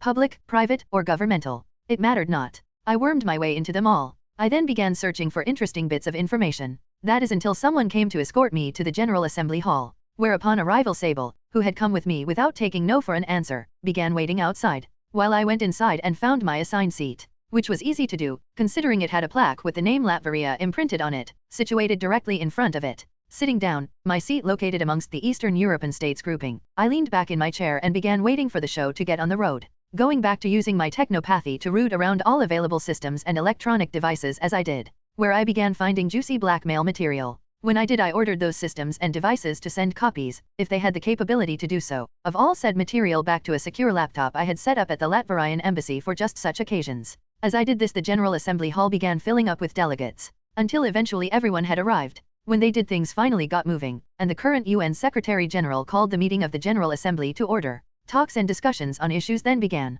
which I didn't care for. So instead I only partially listened, while the rest of my brain was focused on other actually important matters, like constructing blueprints for Latveria's very own satellites. That is until I was called out by the UN Secretary General. And now the floor would like to welcome its newest member, the new king of the nation of Latveria, Victor von Doom. Please, grace us with a few words. The Secretary General spoke, who was a female. When they said my name, I focused all my attention back on the situation before me, ignoring how all eyes turned to me, and began staring. I stood up from my seat and made my way to the podium located at the very front and center of the Assembly Hall, the Secretary General having already left the stage when I arrived. Reaching the podium, I looked out at all the faces before me. I then leaned in a bit closer to the microphone. Greetings. I am Victor Werner von Doom, the new king and ruler of Latveria. I spoke. I then leaned back and got ready to return to my seat, only for one of the delegates to speak up. Wait, King Doom, is that all you have to say? Upon hearing this question, I stopped in my tracks, and then leaned back into the microphone. Yes. I have nothing more to say. So you do not wish to speak about the actions in which led you to becoming the current ruler of Latveria? Nor about you and Simkaria's hostile takeover of Sokavia, which Latveria has decided to annex? The delegate from Germany asked me. When he spoke those questions I leveled my gaze directly onto him, all too ready to strike him down. But I restrained myself. Not only because I promised Lucia that I would, but the time to take such actions has not yet arrived. Though that day is coming, and soon. It's why Project Sovereign exists in the first place. In regards to both of those matters I say it is none of this assembly's business. I spoke, ignoring the shocked, and few angry looks, on some of the delegates' faces at my words. But I care not. Yes, you heard me right. And I say this because for years this institution, this body, did nothing as both my homeland and Sokavio were trapped in needless cycles of violence and disarray. You all sat here, turning your gazes away from both situations, and now you have the audacity to question my actions. You have no right, I exclaimed. But to placate your feelings I shall grace with a form of explanation in regards to my actions in regards to Latveria, and then in regards to Sokavia. First in Latveria, I simply liberated my homeland from the tyrannical rule of Vladimir Fortunov and his ilk,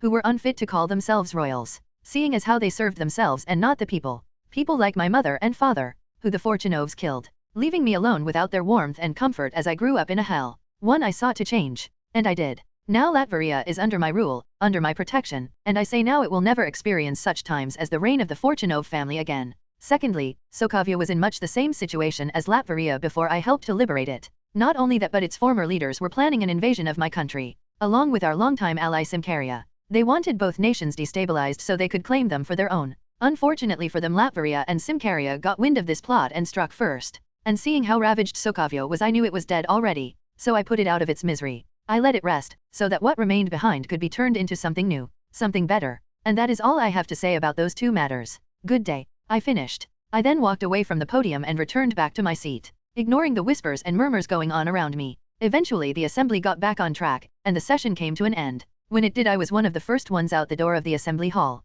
Meeting up with Sable, I headed back to our waiting room and retrieved the rest of my security detail. We then called for our rides. Since I told them we were leaving, that bad huh? Sable whispered to me, as we stood in a parking lot waiting for our SUVs to arrive. They had the gall to ask me about my actions in regards to Latveria and Sokavia. I quickly replied, still seething in anger from the questions themselves. They had no right. I see, Sable replied. She then said nothing else. I'm thankful for that. Soon the SUVs arrived and we filed in. They then immediately took us back to the Latverian embassy, me having calmed down on the ride back, which I needed to be because as soon as I arrived back at the embassy I was escorted to a waiting room, where some guests I had called to come today were situated. As the doors to the waiting room opened I was greeted by the sight of Susan, Johnny, and Ben, 3/4 of the Fantastic Four. Hello everyone. It's been a while, hasn't it? I spoke, a smile on my face. Chapter 34, Rebirth of the SS. After greeting Susan, Johnny, and Ben, I took a moment to look all of them over, before focusing my attention back on the entire group. You all are looking well,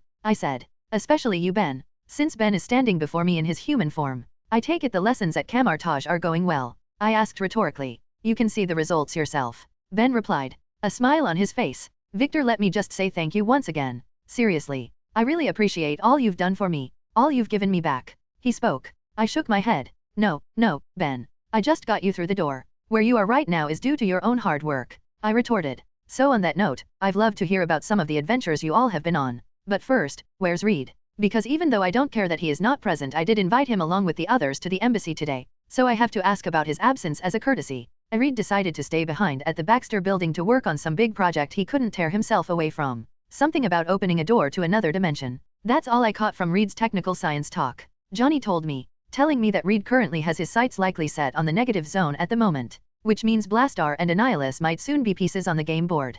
Good to know. Well, that sounds interesting. If you can, when you return, please have Reed contact me so we can discuss this other dimension in detail. I spoke. So, about those adventure stories. Hold on, Victor. Before we say anything, you've got some explaining to do. Susan spoke up. About what, Susan? I asked, despite already knowing what she's referring to. But I decided to play dumb and flashed her a cheeky grin, only to earn a deadpan stare in return. Victor, the last time we saw you, you said you were returning to your homeland to deal with a few issues. Now here we are a year later and you're now the leader of your birth nation, royalty, and you just finished annexing another nation to grow your own. Susan spoke, stating the obvious. Well, when you put it like that I can see your point. I conceded. But there's not really much to tell, Susan. My nation, my people, they were in trouble, and since I had the power to do something about it I did. And as I just explained to those at the United Nations General Assembly, Sokavio was planning to attack Latveria, and our ally Simkaria. So all we did was launch a preemptive strike. Nothing more and nothing less. Okay, but that still doesn't explain the annexation part. Susan retorted. Sokovia was already dead. It's just that no one wanted to admit it, I said. After the war was over I was certain the country would likely cease to exist anyway, and given what the people who called that nation home had already been through I decided I couldn't sit back and watch them suffer. So I gave them my protection. A decision I don't regret.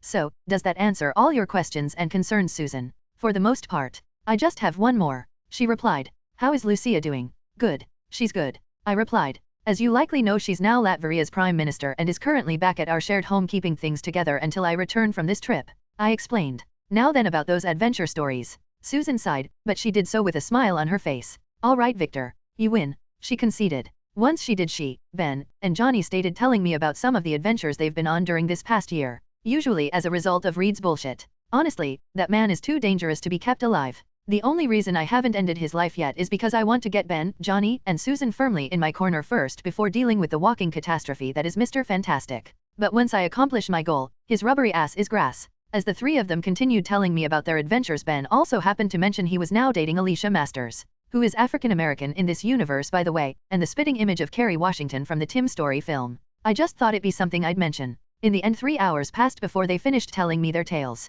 Wow, you guys have already been through so much. I spoke. And it sounds amazing. Thanks for telling me. No problem, Victor. Susan said. Yeah, what Susie said. Ben added. It's all good, my dude. Johnny spoke. Right. I replied. Once I did, we talked for a bit more before one of the embassy staff came and interrupted us. Since it was time for lunch. Because I'm not the kind of host that would let guests such as these leave on an empty stomach. So with that the four of us left the meeting room we were in and headed to one of the embassy's dining halls, where a full spread was waiting for us. A thing both Johnny and Ben loved. As they moved to dig in, Susan walked up to me. Victor, thanks for lunch, she said. No problem, Susan. I replied to her. Oh, and one more thing. I began. I then leaned in and whispered. If you ever want to pick up again where we left off that night a year ago, simply say the word. Because I am ready to go anytime you ask. I spoke. I then leaned back, and caught a blush forming on Susan's face. A good sight for my eyes. Putting another cheeky smile on my face, I left Susan's side before she could retort to my words, and joined Johnny and Ben at the table for lunch. Susan joining us shortly after,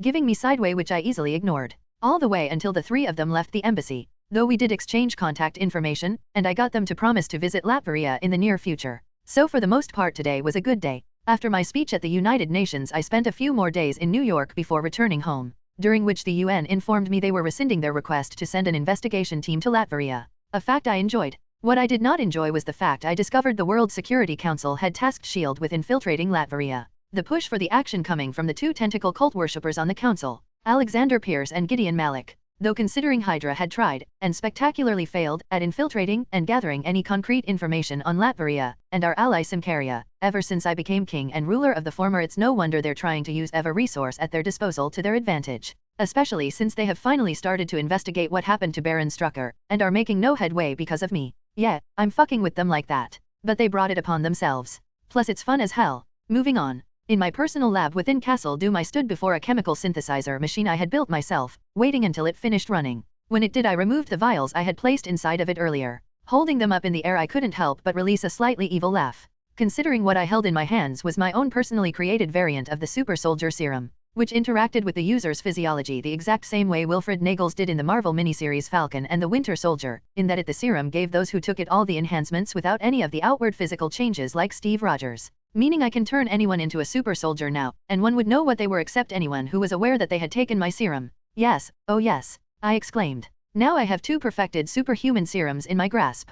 And this is only the beginning. My laughter and excitement subsiding I lowered the vials of my SSS from the air and then went to place them on a vial rack. I then moved to put them in one of my secure laboratory freezers. Then after doing so I went over to my desk, and went to work on my computer, taking the completion of the SSS of my Toto list. I then pulled up my next big project I wanted to focus on, the Werner Academy. Time to get the ball rolling in earnest on that. But first, contacting Lucia I asked her to come down to my lab, since I've decided she is going to the first, in what will be a long line, of a new breed of super soldiers. It's time she get an upgrade. Chapter 35, Recruitment Drive. After calling Lucia and asking her to come down to my lab I went and retrieved one of the vials of my SSS from the laboratory fridge I had placed it in. I then prepped it to inject into Lucia. Just as I finished she opened the door to my lab and stepped inside. Victor, I'm here. She spoke. Yes, I can see. Please, come in. I replied. So she closed the door and walked deeper into my lab, her eyes looking over everything as she walked up to me. which is to be expected, since she's never been in here before. No one other than me and my doombots have. I was serious when I said that before, because one wrong move in dealing with some of the stuff I have stashed in here could result in all of Latveria getting blown up. I kid you not. That's why this place is my sanctuary. Eventually Lucia reached me. When she did, I held up the syringe that held the SS serum I was going to give her. Noticing it, Lucia gave me a curious look. Victor, what exactly going on here? And what is in that vial? I'm glad you asked. I replied. To answer your first question, I have called you down here to bestow upon you superhuman powers. Given the loyalty you've shown not only Latveria but me, as well as the way you've excelled in your duties, I explained. As for your second question, what is in this vial is what you give you those superhuman abilities I mentioned, which is my own version of the legendary super soldier serum. Now then, let me ask you a question. Do you want the powers? I do, Lucia instantly replied. And thank for this, Victor. Thank you for this so much. I promise, the trust you have placed in me is something I shall never betray. She spoke, both professionally and privately, she added, before coming closer and laying a kiss upon my lips, one which I eagerly reciprocated, though I broke it off after a few seconds, because if Lucia and I continued then we would end up doing more than kissing, all night long at that, which I am not opposed to in the slightest, but first there is business to be handled, then we can focus on pleasure. Glad to hear it, I spoke. Now then, time for your injection. Right, Lucia replied. But wait, how did you even recreate the super soldier serum in the first place? I thought its secrets were lost when Captain America died. Yes and no, I instantly replied. The secrets of Dr. Abraham Eskren version of the super soldier serum were lost when Captain America died. I spoke, lying through my teeth. Even though Steve isn't dead and is currently just taking a very long nap.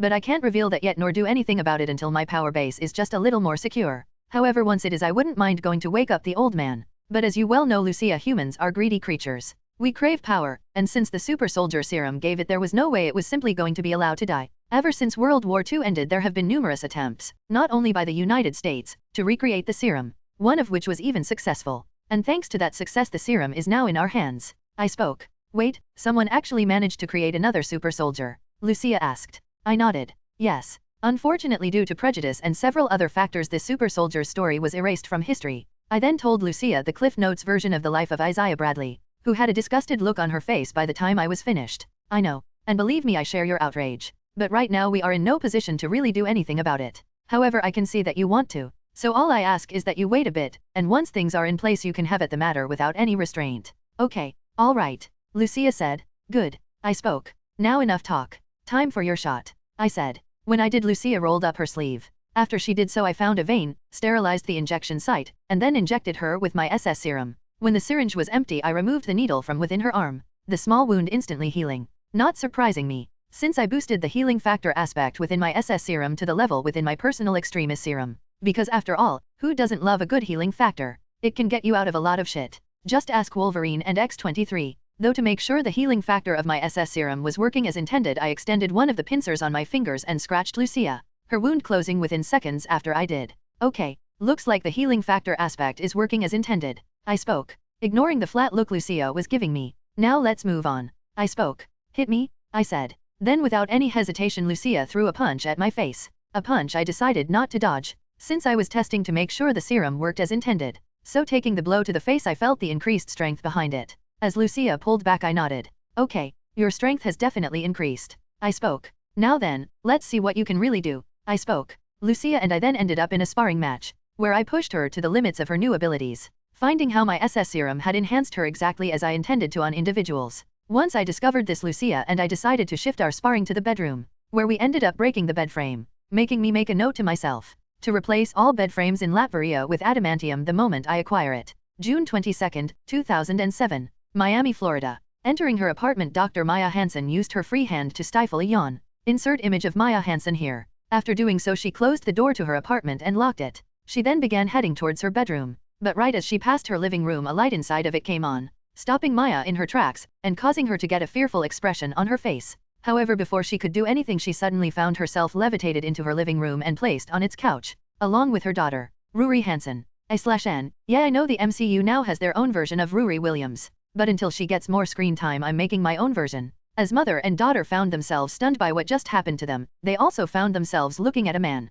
who was seated in the chair in front of them, opposite of the couch. A man both Ruri and Maya recognized, since they had seen him on television. It was Victor Von Doom. You're Victor Von Doom. Maya spoke. That's my name, Dr. Hansen. Don't wear it out, Victor replied. Anyway, excuse me for intruding into you and your daughter's home like this, but there is an urgent matter I needed to speak with you about that simply couldn't wait. He explained. Victor then opened a small portal and pulled a file through it before closing it. Seeing this, Maya was shocked, while Ruri had stars in her eyes. Wow, Mr. Doom, how did you do that? Ruri asked. Magic. Doom relied. Doing jazz hands. Cool. Ruri exclaimed. Ruri, Mr. Doom is obviously joking. Since magic doesn't exist. Maya spoke. No, Dr. Hansen, it does. Victor immediately spoke. But we can talk more about that later. Right now I would like to focus on the matter at hand. He said. Victor then looked at Ruri. Miss Ruri, do you mind giving me and your mom a few moments alone? He asked her. Sure thing. Ruri replied. She then got up and headed to her room. After she did, Victor returned his gaze to Maya. What a good daughter you have there, Dr. Hansen. He spoke. I know. Maya replied. So, what matter was so urgent you needed to discuss with me that you broke into my home? She exclaimed. Anger in her voice. Which Victor completely understood, given his actions at the moment. But he simply didn't care. Why the safety of you and your daughter? Victor said. He then used his telekinesis to float the file in his hand over to Maya, and placed it in her lap. That will explain everything. Looking down at the file on her lap, and then back at Victor, for several seconds Maya finally focused on the file. Picking it up, she opened it, getting a shocked and horrified expression on her face the moment after she did. Since what was inside the folder, Victor gave her detailed crimes her boss and friend, Aldrich Killian, had committed. From illegal human experimentation, to terrorist bombings all across the United States. The more Maya read and learned, the sicker she became. Eventually she could no longer continue looking at the file and tossed it on the floor. Once she did, she turned her gaze towards Victor. Why did you show me that? To show you exactly what kind of man Aldrich Killian truly is. Victor easily replied. A psychopath with delusions of grandeur, who won't hesitate to get rid of anything in the way of his goals, which might one day include you and your daughter, Dr. Hansen. But I don't wish for that to happen. Hence I am here to make you an offer. Come and work for me. If you do, I promise not only protection from Killian and anyone else that would seek to do you and your daughter harm, but also that you can continue your work on extremis and make it into what you truly envision it to be, a product that can help all of mankind. And if I say no? Maya questioned. Then I will leave your house tonight and you will never hear from me nor any of my associates ever again. Victor replied. But if I do, that means the deal I am offering you goes with me. And how do I know you'll even honor this deal you're offering if I accept it? Maya asked. Believe me, I will. Victor said. Because if I wanted to do harm to you and your daughter, Dr. Hansen, there is nothing you, nor hardly anyone else, could do to stop me. He spoke. Victor then put a devilish smile on his face. As he did, Maya found herself finally understanding she was being offered a deal by a devil. But after what he had just shown her, what other choice did she have? Going to the authorities might make the situation worse, and there was no way she was going to the father of her child for help. Given the way he acts, there's a reason Maya hasn't told Ruri her father is Tony Stark. So after thinking for several minutes, Maya finally gave Victor an answer. Okay. I accept your deal. She spoke. But if any harm comes to me or especially my daughter, I'll do all I can to make you regret it. Well, then I have nothing to worry about. Since that will never happen. Victor replied. Happy that he has not only secured Dr. Hansen to his side, but also the potential future Iron Heart of this universe. Since he knew Tony was Ruri's father. And he couldn't wait to see the look on Iron Man's face when he learned the truth one day. That is a moment Victor wouldn't miss for anything. Anyway, the deal with Maya Hansen done, Victor took his leave from her apartment. Happy that his first recruitment talk went well. Now it was on to the others. Chapter 36, Recruitment Drive 2, near Lake Baikal, Russia. Hire, big brother, hire. A 60-year-old girl happily exclaimed. After she did, the man holding her did as she asked and lifted her higher into the air, which was easy for him to do thanks to his large frame. As for the name of this man, it is Pyotr Rasputin. Insert image of Pyotr Rasputin / Colossus here, who is only 16 years old, despite the fact his appearance does not match his age, for he truly is a big boy. His height already reaching 1.98 meters, 6 feet, 6 inches. He is the older brother of the girl in his arms, whose name is Ilyana Rasputin. Insert image of Ilyana Rasputin / magic here. Smiles on their faces, the brother and sister pair continued to play outside on the front lawn of their home, which was a farm. That is until Victor, wearing his armor, with several of his Doombots accompanying him, descended from the sky and began hovering in the air right in front of the Rasputin siblings. The instant this happened, Pyotr rode Ilyana down, pushed her behind him, and got a serious expression on his face. But before Pyotr could do anything, Victor raised up his left palm in his direction. At ease, young Pyotr. I did not come here to fight you. He spoke in perfect Russian. I simply came to meet with you and offer you a better life. What do you mean? Pyotr asked. I am the king of my own country, a place called Latveria. But I am also many other things as well. But let's not get into that right now. The point is, a while back I happened to come across reports of a metal man defending the farmers who decided to make their homes near Lake Baikal, and so intrigued by these reports I did some investigating and discovered this so-called metal man was no myth, but you, young Pyotr. And the moment I learned this, I began making preparations so I could come here and see you, for I am opening up an institution I feel you would be the perfect fit for. One that will truly allow you to be all you can and then some, Victor explained. I see, Piotr replied. It sounds marvelous. But unfortunately I will have to decline your invitation. I have too many responsibilities here. He spoke. If you're worried about your family and the other farmers in the area, then there is no need to be, since I also planned on asking them to accompany us to where the institution I want you to attend is located, which is in my nation Latveria, a place I will make you all full citizens of if you agree to my offer. I will also provide all necessities such as food, clothing, and the like, Victor explained. You won't even have to pay to attend the institution I am asking you to become a student at, he added. So, what do you say, young Piotr? Looking at Doom, Piotr couldn't say anything, since what Victor had just offered him sounded too good to be true. Thus he was conflicted. So much so he didn't even notice he and Ilyana guardians, their grandparents, exit the house and walk up to the group. Piotr, what is going on? His grandmother asked. Yes, what is happening? Who is that strange metal man floating in the sky, with those machines? His grandfather asked. Greetings, I am Victor von Doom, King of Latveria. Victor spoke. And there is no need to be alarmed, I was simply explaining the key points of the offer I just made your grandson, he explained. Victor then told Piotr and Ilyana's grandparents about the offer he just made Piotr, who upon hearing the specifics added in their own 2 cents. Piotr, I think you should accept the deal. His grandmother spoke. Yes, I too agree, his grandfather added. Truly, Grandpa and Grandma? Even though we know next to nothing about this man called Victor, he asked.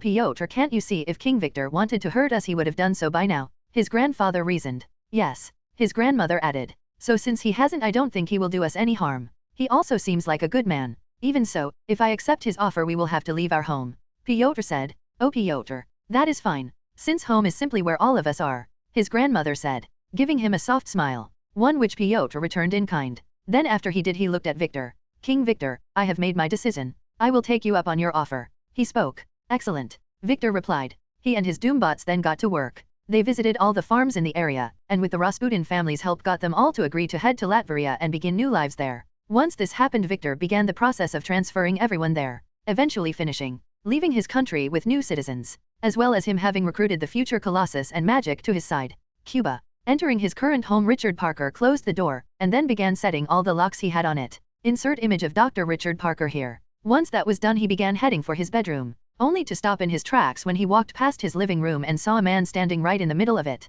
wearing some strange kind of armor and a green cape and hood. Seeing this man, Richard instantly felt fear and prepared to run. Dr. Parker, I only came to talk. However, the moment the man spoke, Richard stopped in his tracks, shocked, since the man in his living room was facing away from him. So Richard began wondering how he knew he was about to run away. I have my ways, Dr. Parker, the man spoke. A moment after that particular thought crossed Richard's mind. What? That's impossible. Unless this person is somehow reading my very thoughts. But that's ludicrous, Richard thought. Oh, I can assure you, Dr. Parker, it is not as ludicrous as you think. Hearing this, Richard widened his eyes. You can read my mind, he exclaimed. I can, the man simply stated.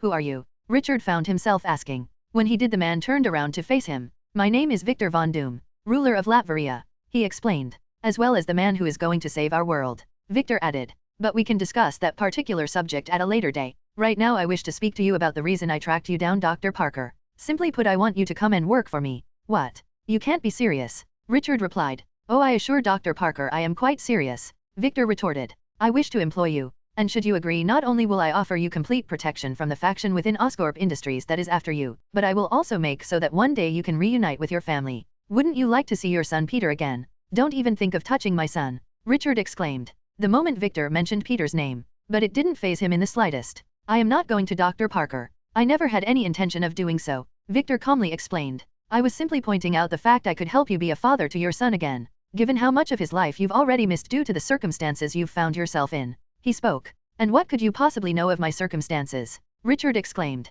I know that you simply wanted to use your work on cross-species genetics to help make the world a better place, but the greed of some of those at Oscorp caused them to want to pervert your work and only use it as a tool to serve themselves. But being the man you are, you couldn't allow that to happen. So you sabotaged as much of your research as you could, and then to keep it from falling into the wrong hands, you and your wife decided to disappear. Only in the process of doing so, those after you managed to catch up, and due to this your wife Mary lost her life. That about sums things up, Victor said, his words just now causing Richard to become speechless. Yes, he admitted. That's exactly right, Richard said. But how did you come to know all of this? It was easy to learn for one such as Doom, Victor replied. Now about my offer. Will you take it?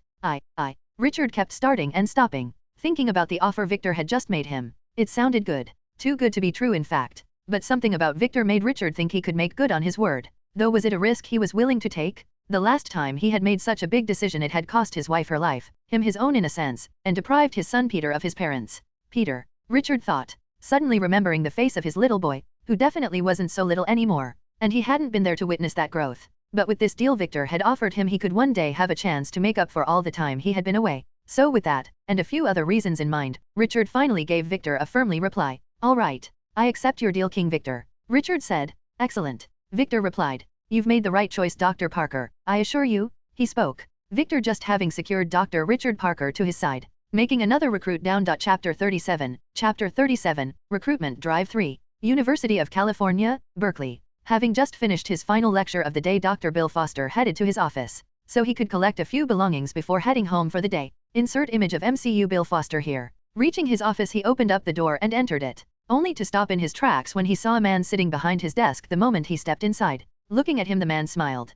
Hello Dr. Foster. A pleasure to meet you. My name is Victor Von Doom, and I've come to speak with you about a job opportunity. Well, breaking into my office certainly wasn't a good way to make a first impression. Bill spoke. Now leave, or else I'll call campus security and have them remove you by force. Come now Dr. Foster. No need for such threats. Especially because if you agree to come and work for me you'll be able to finally cure Ava Starr. He spoke, the smile never leaving Victor's face as he did, unnerving Bill Foster even more than he already was, especially now that the man had mentioned Ava. I'm sorry Ava who? I don't know what you're talking about. Bill spoke, trying to blame Doom. Hearing Bill's reply Doom lightly chuckled. Marvelous Dr. Foster, truly. Your acting skills are quite good, and against any normal person they would work. He spoke. Victor then put a serious expression on his face. Unfortunately for you I am no ordinary person, so please don't insult my intelligence any further with your lies, for I know the truth. About Ava Starr, about her parents, about your work with Dr. Hank Pym and Project Goliath. I even know how Ava is basically a slave in all but name to S.H.I.E.L.D.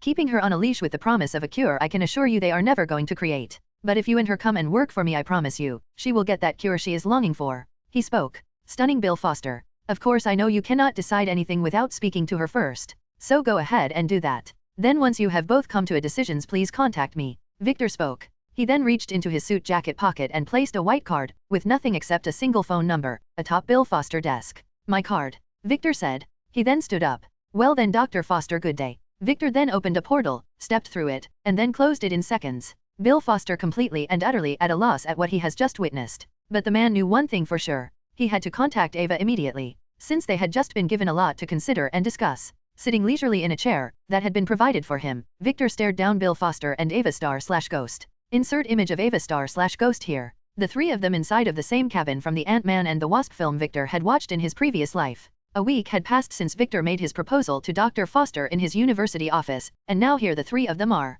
Bill and Ava, ready to give Victor an answer to his proposal. So, what have you two decided? Victor asked. The two of them then shared a quick look before focusing their attention back on him. We've decided to take you up on your offer. Ava spoke, this bringing a smile to Victor's face. Excellent. But if you don't cure Ava then we walk away. No ifs, ands, or buts. Bill Foster spoke. Of course. Victor replied. That was part of the deal in the first place and I shall honor it. For Victor Von Doom is nothing if not a man of his word. He explained. Victor then worked out a few more details before leaving Ava and Bill. Ecstatic he had secured to more recruits. Alkali Lake, Alberta, Canada. As the VTOL they were in landed 20 miles away from their target, Zima and Lucia finished the last of their preparations before they, and the men and Doombots, who had accompanied them, set out to complete the task given to them by their king. Image here. To attack and destroy the base of one Colonel William Stryker, a sociopathic ex-United States military officer who had started his own rogue operation, whose sole purpose was to experiment on and kill those formerly known as mutants, at least in Latveria, since Victor had created a new term to describe mutants and those with superhuman powers.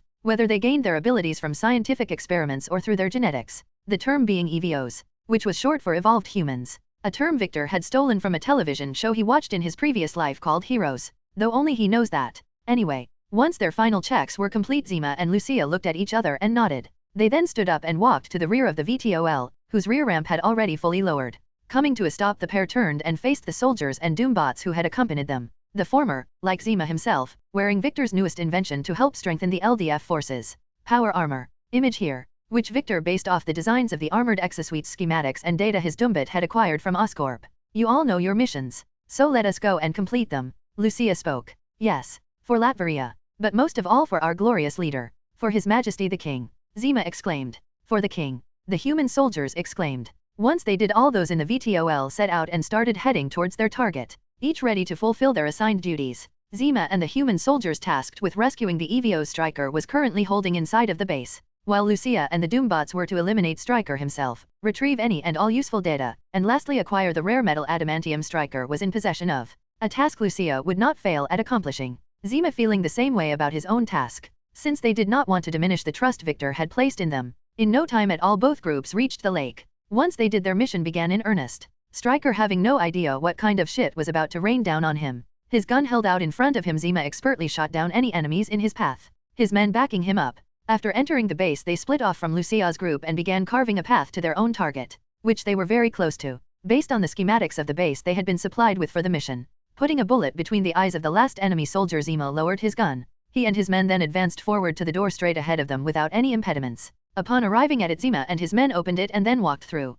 finding the holding cells of the base, along with the prisoners of Strikers they had been tasked with rescuing, of which there were 6. Jubilation Lee, a young female EVO with the ability to generate, and partially manipulate, energy plasmoids, or lumikinetic explosive light blasts. Sonia Simonson, a female EVO with the ability to scan, implant, remove, and manipulate memories. Tabitha Smith, a female EVO with the ability to generate balls of highly concentrated plasma energy. Marco Diaz, a male EVO with the ability to absorb and manipulate photons. A/N, Marco and Sonia aren't OC characters. They are from the Fox X-Men show The Gifted, for any who didn't know. Julio Richter, a male EVO with the ability to manipulate the various energies of Earth itself, allowing him control over plants, lava, and even seismic energy. Finally there was Armando Munoz, a male EVO with the ability that gives him a physiology capable of adapting and evolving to meet virtually any kind of situation he finds himself in. The moment Zima and his men entered the room, the 6 prisoners aimed their gazes at them. "Who are you?" Marco asked. "We're here to rescue you," Zima spoke. Then immediately after he and his men got right on that. Standing in front of the base's main computer, a hard drive connected to it, Lucia downloaded all information on the base's servers. The corpse of Striker, a laser-blasted hole in his chest and a bullet hole in his head, lying right behind her. Since the man has been pathetically easy to dispatch, the real problems were his son Jason and bodyguard Yuriko Oyama, since Victor had instructed them to be brought back to Latveria alive if possible, given that he learned Striker was employing mind control and those two might be victims of it. So that meant Lucia and the Doombots had used capture instead of kill methods. Yuriko being trouble. Given her adamantium nails, she was able to take out 2 Doombots before putting subdued. As she was, Lucia now understood why Victor wanted adamantium for himself. The metal was something else. Moving on. As for Jason, given his condition it was easier. The Doombot simply handles him. Lucia making sure to avoid any and all contact until he was out. Given the report she read on Jason's telepathic abilities, and what the boy had done to his own mother, honestly she didn't want to bring him back to Latveria. But her king had ordered it, so she would comply. A few more minutes passed before all the files finished downloading onto the external hard drive. Once they did, Lucia disconnected it from the main computer and contacted Zima over the comms. "Zima, I've got the data. Striker is dead and we've secured both his son Jason and bodyguard Yuriko," she quickly explained. "How are things on your end?" "Good as well. We've secured the prisoners and are making our way back to the ship," Zima replied. Hearing that, Lucia nodded. Once she did, she and her remaining Doombots moved out. Locating the adamantium on site, they secured it. They then placed explosive charges all across the base before exiting and returning to the VTOL, where Zima's group was already waiting for them. Getting on board, and then after a quick head count, the ship took off. Lucia activating the explosive charges in the Alkali Lake base right after they did, blowing it to Kingdom Come, successfully ending the mission to eliminate William Striker and demolish his plans, along with obtaining valuable information in the process. So overall a resounding success. Knowing this, both Zima, Lucia, and all the other soldiers knew their king would be pleased. Very pleased indeed. Chapter 38, Chapter 38, Recruitment Drive 4. Happy 4th of July. The facility. Sierra Nevada Mountain Range, California. Asterisk beep, beep, beep, asterisk. The security klaxons going off all around her. Dr. Sarah Kinney didn't know what to make of the situation. Insert image of Sarah Kinney here. Since as long as she had been AF the facility, first as one of its members and then as one of its prisoners, this had never happened. "Mother, something is coming." When Sarah heard her daughter say this, she turned in her direction to see the 12-year-old girl she birthed, that was only seen as a living weapon by everyone else at the facility, unsheath her claws and take a fighting stance. Then the second after Laura did this, the wall to her and Sarah's shared room, where the door was located, was literally blown apart. Insert image of Laura Kinney/X23 here. Yet none of the debris created from the explosion hit them, for a force held it back and then moved the debris into the hallway. Once this happened, Laura and Sarah saw an unbelievable sight before them. A person in a suit of armor, wearing a green cape and hood, floating in the air with their arms crossed, while Xander Rice, Kimura, and Adam Harkins floated in the air beside the mysterious armored man. all of them trapped in floating clear bubbles, yelling, thrashing, and trying to get out of said bubbles. Yet all their efforts proved futile, even Kimura's. On top of that, despite the fact all three of them were shouting at the top of their lungs, no one could hear them. Looking at the mysterious armored figure floating in the air, Sarah swallowed a lump in her throat before speaking. Who are you? She asked. My name is Dr. Doom. You and your daughter's savior, Dr. Kinney. The person revealed. Our savior? Sarah questioned. Yes. Victor easily replied. Don't worry, this is not some sort of sick joke. I am here to save you both and destroy this disgusting facility. He spat. All of which is already in motion. You aren't lying, Laura said, speaking up for the first time. When she did, Sarah turned her gaze to her. Laura, are you sure? Sarah asked. Laura gave a curt nod in response to the question. His heartbeat is steady. He is telling the truth. She spoke. After she did, Sarah turned her gaze back to Victor. Well, there you have it, Dr. Kinney. Now you know the truth behind my words. Given that your daughter just verified it with her abilities. Victor spoke. You know about them? Sarah exclaimed. I do, Dr. Kinney. And so much more. Victor spoke. I mean, how else do you think my attack on the facility has gone so well in the first place? Right. Yes. Of course. Sarah quickly spoke. It's just. Sarah began, only for Victor to raise up his left hand and silence her. Believe me, I know, Victor replied, though you can rest easy. For now you and Laura's living nightmare is over, he said. Now then, before we depart this place, there is just one more thing we must attend to. The fifth who orchestrated this abomination. Turning his head to the floating bubbles, Victor flicked his wrist, and when he did, the bubble housing Kimura moved to the center of the room for all to see. Once this happened, Victor snapped his finger. The second after he did, Kimura's voice could be heard. Fucking shove that cloak up your metal ass. Kimura spat. No, I think not. In fact, in a few moments you won't be doing anything anymore, Victor said in a tone of finality. What the fuck are you babbling on about, Tin Man? Kimura asked. Oh, you will see, Victor replied. Fuck you, Kimura cried. She then began hitting the bubble, trying to break free of it. But just like earlier, her efforts proved futile, though there was one difference. As Kimura continued to try to break free from the bubble, her actions began to slow. She also started finding it hard to breathe. What the fuck?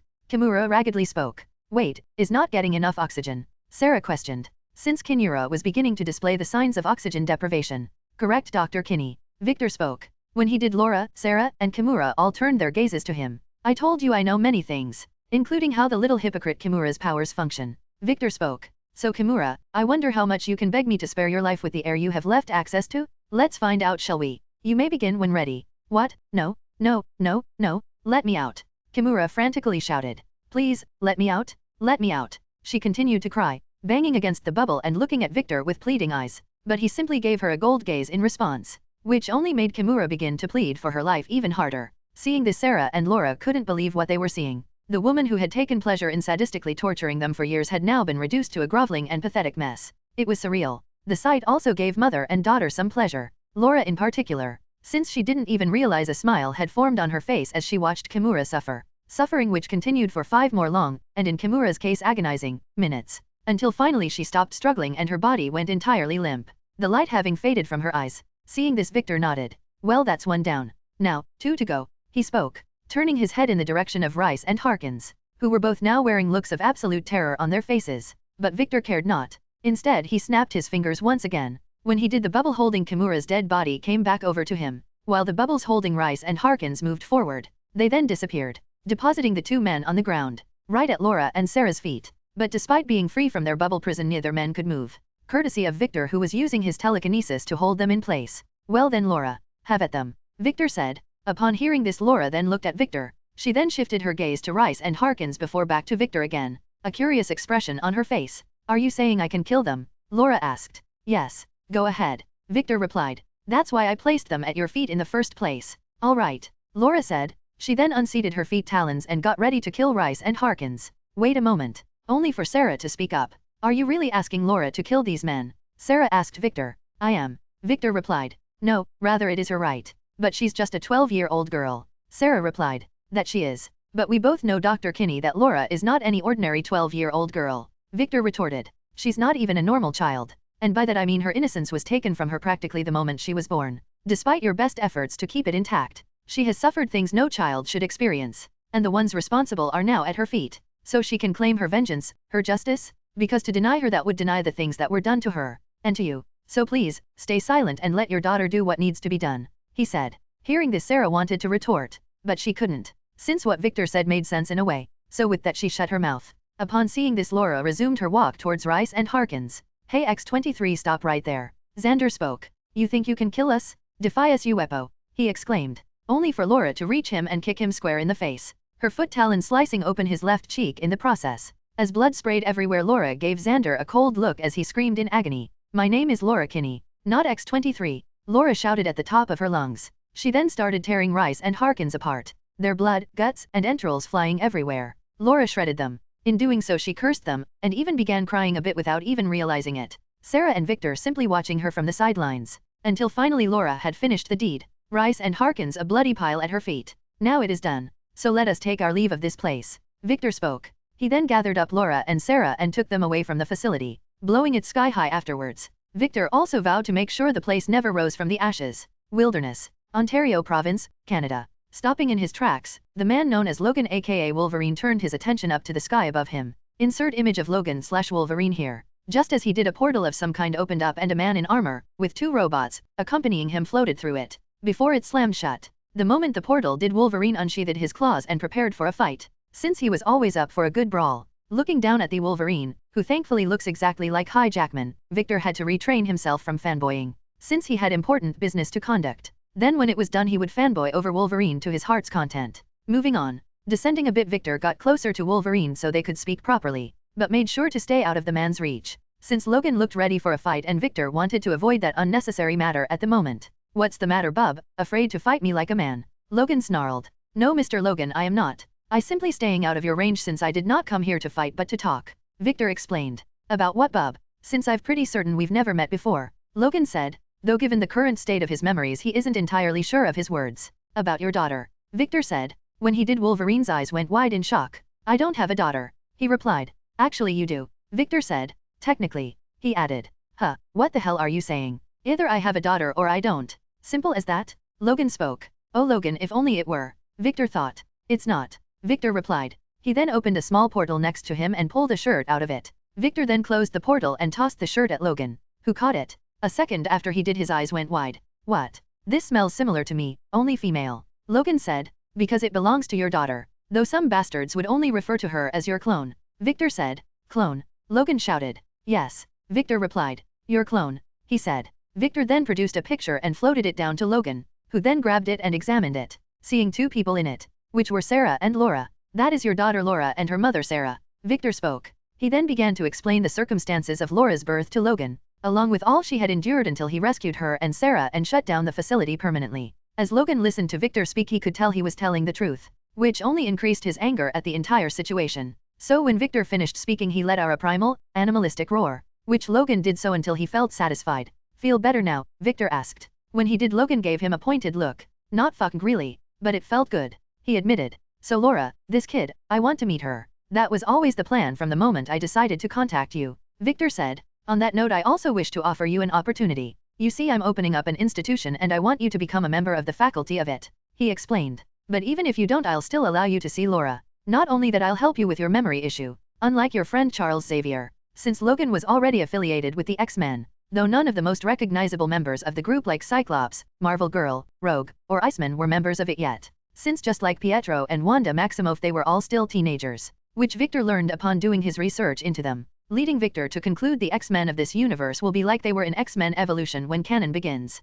Teenagers. You know about Chuck? Logan asked. I know many things, Mr. Logan, Victor replied. So, what do you say? First off, stop calling me Mr. Logan. Just Logan is fine, Logan began. Secondly, I'll have think on your second offer. Chuck and the X-Men have given me a lot. See, of course, I understand, Victor said. Anyway, let's go. You don't want to be late for your first father/daughter day now, do you? In response to Victor's question, Logan gave him a deadpan look, which Victor completely ignored as he took Papa Wolverine to see his little girl, laughing his ass off the entire time. Chapter 39, Werner Academy Inaugural. September 10, 2007, Latvia. A proud smile on my face, I stood off to the side as Kristoff practiced his combat skills against 2 Doombots at once, all of us situated on one of Castle Doom's training grounds. His movements looking good, not only in the way he used his newly enhanced body, since I gave him a dosage of my personalized version of the SS serum, but also in the way he used his newly created, and first highly sophisticated, invention in his combat training, the invention itself being a force lance,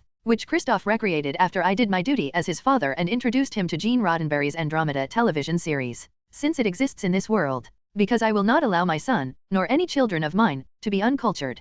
Hence I took it upon myself to introduce him to some of the greatest works, series, and fictional universes that exist in this world. Star Wars, Star Trek, Babylon 5, Farscape, Andromeda as I just stated, Stargate SG-1, Thundercats, Transformers series, Power Rangers series, the anime Yu Yu Hakusho, Dragon Ball Z, Hunter x Hunter, Ghost in the Shell, Pokemon, Digimon, Naruto, Bleach, One Piece, etc. All in a day's works for Daddy Doom. Plus it was a way for me to spend more personal time with Kristoff in a relaxed setting. Time will we have less of in the immediate future, considering the start of the MCU canon is only a few months away. A fact I know to be true since I've been checking and everything lines up.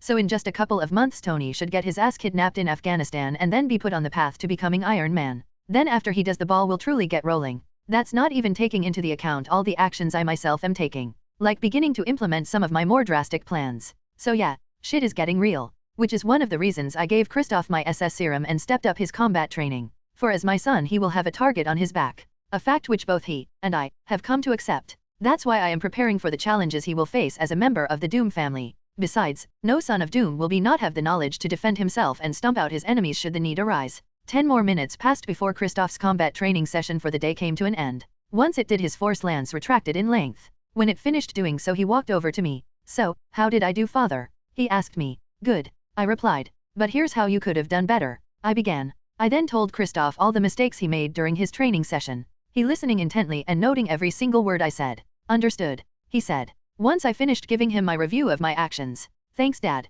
Anytime son. Anytime. I replied. I then gently patted his back. So that force lance of yours. Think you could make one for your old man? I already did. Kristoff replied, putting a smug grin on his face. Ah, he really is becoming a chip off the old block. I'm so proud. Good boy. I told him. Now go and get cleaned up. After all we still have much to do today. Yes, father. Kristoff replied. He then ran off to get ready, while I went to do the same. Exiting my room, now fully presentable, I went to collect Chris Roff from his own, he having gotten himself presentable as well, even though he looks ready to bounce off the walls, given his barely contained excitement. Though with what is about to happen I can understand why, since it will not only directly affect Latveria as a whole, but Kristoff personally. Someone looks ready. I mused. Oh I am father. Kristoff replied. Well then let's go. I told him. He nodded at my words. Once he did the two of us set out from Castle Doom, our security detail surrounding of course, and swiftly made our way to our destination, which only took 15 minutes, since our destination was right in the capital, Doomstad itself. Our destination being a school, but not just any school. No, this school was none other than the project I've had Torvald working on relentlessly ever since I named him the Minister of Latverian Education. The school in question being Werner Academy, which I've set up to be the most advanced education institution in all of Latveria, and eventually the entire world. Soon Kristoff and I eventually arrived at our destination. As I looked at Werner Academy I couldn't stop a smile from having my face. Image here. It's beautiful. I took a few moments to admire it, Kristoff doing the same beside me, before we headed inside. Past the crowd of Latverian citizens who were gathered outside. Since today is the inaugural for Werner Academy, which is why Kristoff is so excited, since he will be attending the academy, along with his friends. Once inside of the school Kristoff immediately went off to join his friends, which not only included the Maximov twins, but also the other kids who've been brought to Latveria over these past 3 months. From Ruri Hansen, to the kids we saved from Stryker, to even Laura. Chris Roff has pretty much clicked with all of them in some way or another, and they him in return. Which I'm glad, because in this world having true friends you can rely on will take you a long way. As Chris Roff joined the other children I went to check on the adults, which included the likes of Bill Foster, Sarah Kinney, and Maya Hansen, all of whom are now teachers at the Werner Academy, though they are still allowed to work on their own personal projects and research, just like college/university professors, which is basically what they are, in sense. For the way I have had Werner Academy set up is that the school is open to students from all age groups, possessing classes from primary school level all the way up to college/university courses. Though unlike a regular school here at the Werner Academy students can actually build their education plan themselves. What I mean by that is those students with enough smarts can actually create their own individualized learning plans. Save for a few core classes everyone is required to take each year, meaning sky's the limit for some, though the academy also has generalized classes for regular students. It all depends on the individual in question. Oh, did I forget to mention the Latverian government is footing the bill for the entire academy and its necessities and resources. So that means anyone can attend Werner Academy for free, whether they are human or an EVO, since I see no reason to discriminate against people with superhuman abilities, no matter how they manage to acquire them. Especially since it's those very people who saved the world and galaxy multiple times in the comics and films. Yet despite all they do sometimes those people, mutants, and the X-Men being prime examples, get the short end of the stick. Well, not anymore. Now that Dr. Doom is here. Reaching the group I looked around. Greetings. Everyone doing okay? I asked, jeting a round of replies back. Good, good, I said. Well then, let's get this show in the road, I spoke. I then rounded up everyone important before heading outside where a podium had been set up for me to speak. Going up to it, I leaned in towards the microphone. Then once I was sure the cameras aimed at me were on and broadcasting without any issues, I began. Greetings my citizens. Today is a good day for Latveria, for on it we take a huge step forward in regards to our future, and by that I mean the education of our children, the next generation, since education is the foundation of which most of life is built on, no matter its form, though formal education is still highly important, which is why today I am proud to present to you the most advanced education institution Latveria has ever seen, and what one day the world will see. I give you Werner Academy, I spoke. I then presented the academy, earning a round of applause and cheers from the crowd present. Once they settled down, I took a few questions. I then bid everyone a quick farewell and returned to Castle Doom, leaving Chris Roth with his friends, but not before he gave me my very own force lance. A weapon I think I will make my personal one.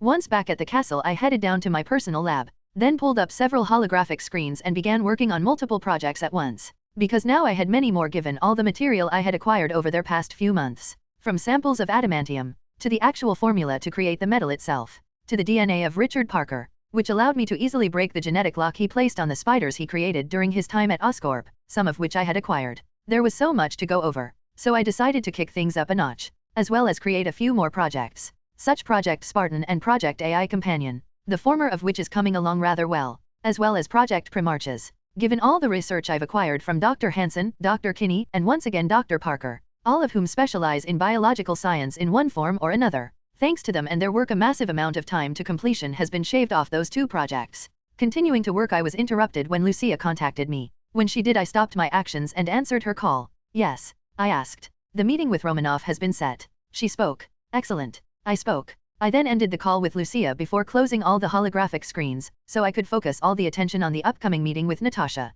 After all, it would be a disservice to the legendary Black Widow if I didn't meet her at my absolute best. Chapter 40. Chapter 40, Movement in the Background. September 12, 2007. Triskelion, Washington, D.C. Third person, POV. Leaning back on his office chair, Fury had his left hand on his temples, rubbing them, which he usually didn't do, but the last few months had just been that stressful for him, and all because of one big reason, Victor von Doom, and his country Latveria. First there was the war of annexation the country, and their ally nation Simcaria, launched against Sokovia, which now no longer existed since Latveria had annexed it. Second, there was Doom's little speech at the United Nations, which they brought on themselves, what with strong-arming Doom to show up in all but words, but you would never hear Fury say that out loud. He would think it, but never say it. But back to the point. The speech did not go over well, though the United Nations did the smart thing and decided not to make a big fuss about the matter. No, the shouting came from his bosses, the World Security Council. More specifically Pierce and his buddy Malik, who ordered Fury to infiltrate Latveria and get as much intel as possible on the nation, and specifically what Victor von Doom had planned. However, that was easier said than done, since after months of trying, S.H.I.E.L.D. hadn't made any headway in getting any solid intelligence on Latveria. Satellite scans were useless, so we're trying to hack into their communications. Don't even get him started on human assets in country, because there were none. For every single time S.H.I.E.L.D. tried to get human intelligence assets in Latveria, their plans were stopped before they even started. Put simply, Latveria was now a goddamn fortress. The same can be said for their neighbor, and longtime ally, Simcaria. And Fury knew the reason for these two nations' sudden leap in security and the like. Victor von Doom. The man was making Fury's bad eye itch more and more each day, especially given that fact that two people S.H.I.E.L.D. had been keeping tabs on Dr. Maya Hansen, and Dr. Bill Foster, had suddenly resigned from their jobs and headed to Latveria because they had been offered jobs there. If that wasn't bad enough, after Dr. Hansen left the country, her boss Aldrich Killian, and most of the War leadership of the think tank AIM ended up dying. Their deaths attributed to the explosion of their Miami headquarters, due to an experiment gone wrong. But Fury knew that was some bullshit. He just didn't have any evidence to prove otherwise. Oh, but he knew. It was likely Doom and Latveria. Doom, just what are you planning? Fury thought. As he did, a report marked urgent appeared on his computer screen. Opening it, Fury read it and then slammed his hands. Stop his desk. Motherfucker, he cried. Since the report Fury just finished reading informed him one of S.H.I.E.L.D.'s special operatives, codename Ghost, was entirely off the grid. And not for a mission, meaning they had gone rogue. This is the last damn thing I needed, Fury muttered. Then a moment after he did so, he got a contact request from Maria Hill. Insert image of MCU Maria Hill here, his deputy director. A request which Fury accepted. A moment after he did, the image of Hill appeared on the screen at the back of his office. Go ahead, Hill, Fury said. Sir, you said you wanted to know the second anything changed with the Latveria situation. Well, it has. Hill spoke. Her video call then cropped to the right side of the screen. As it is on the left side, a news report appeared, specifically from Latveria. giving details of a new education institution that was being sponsored and funded entirely by the state, known as the Werner Academy, which would even accept individuals from outside the country to study within its halls. Seeing this, Fury sat up Remrod straight in his chair. "Motherfucker," he said, going back to rubbing his temples. Since Latveria and their leader was seriously trying his patience, he was definitely going to have a stiff drink tonight. Sitting in his home office, Alexander Pierce watched the international news report on Latveria and its new Werner Academy, doing his best not to clench his fists, since Latveria was quickly becoming an issue, specifically their leader Victor von Doom.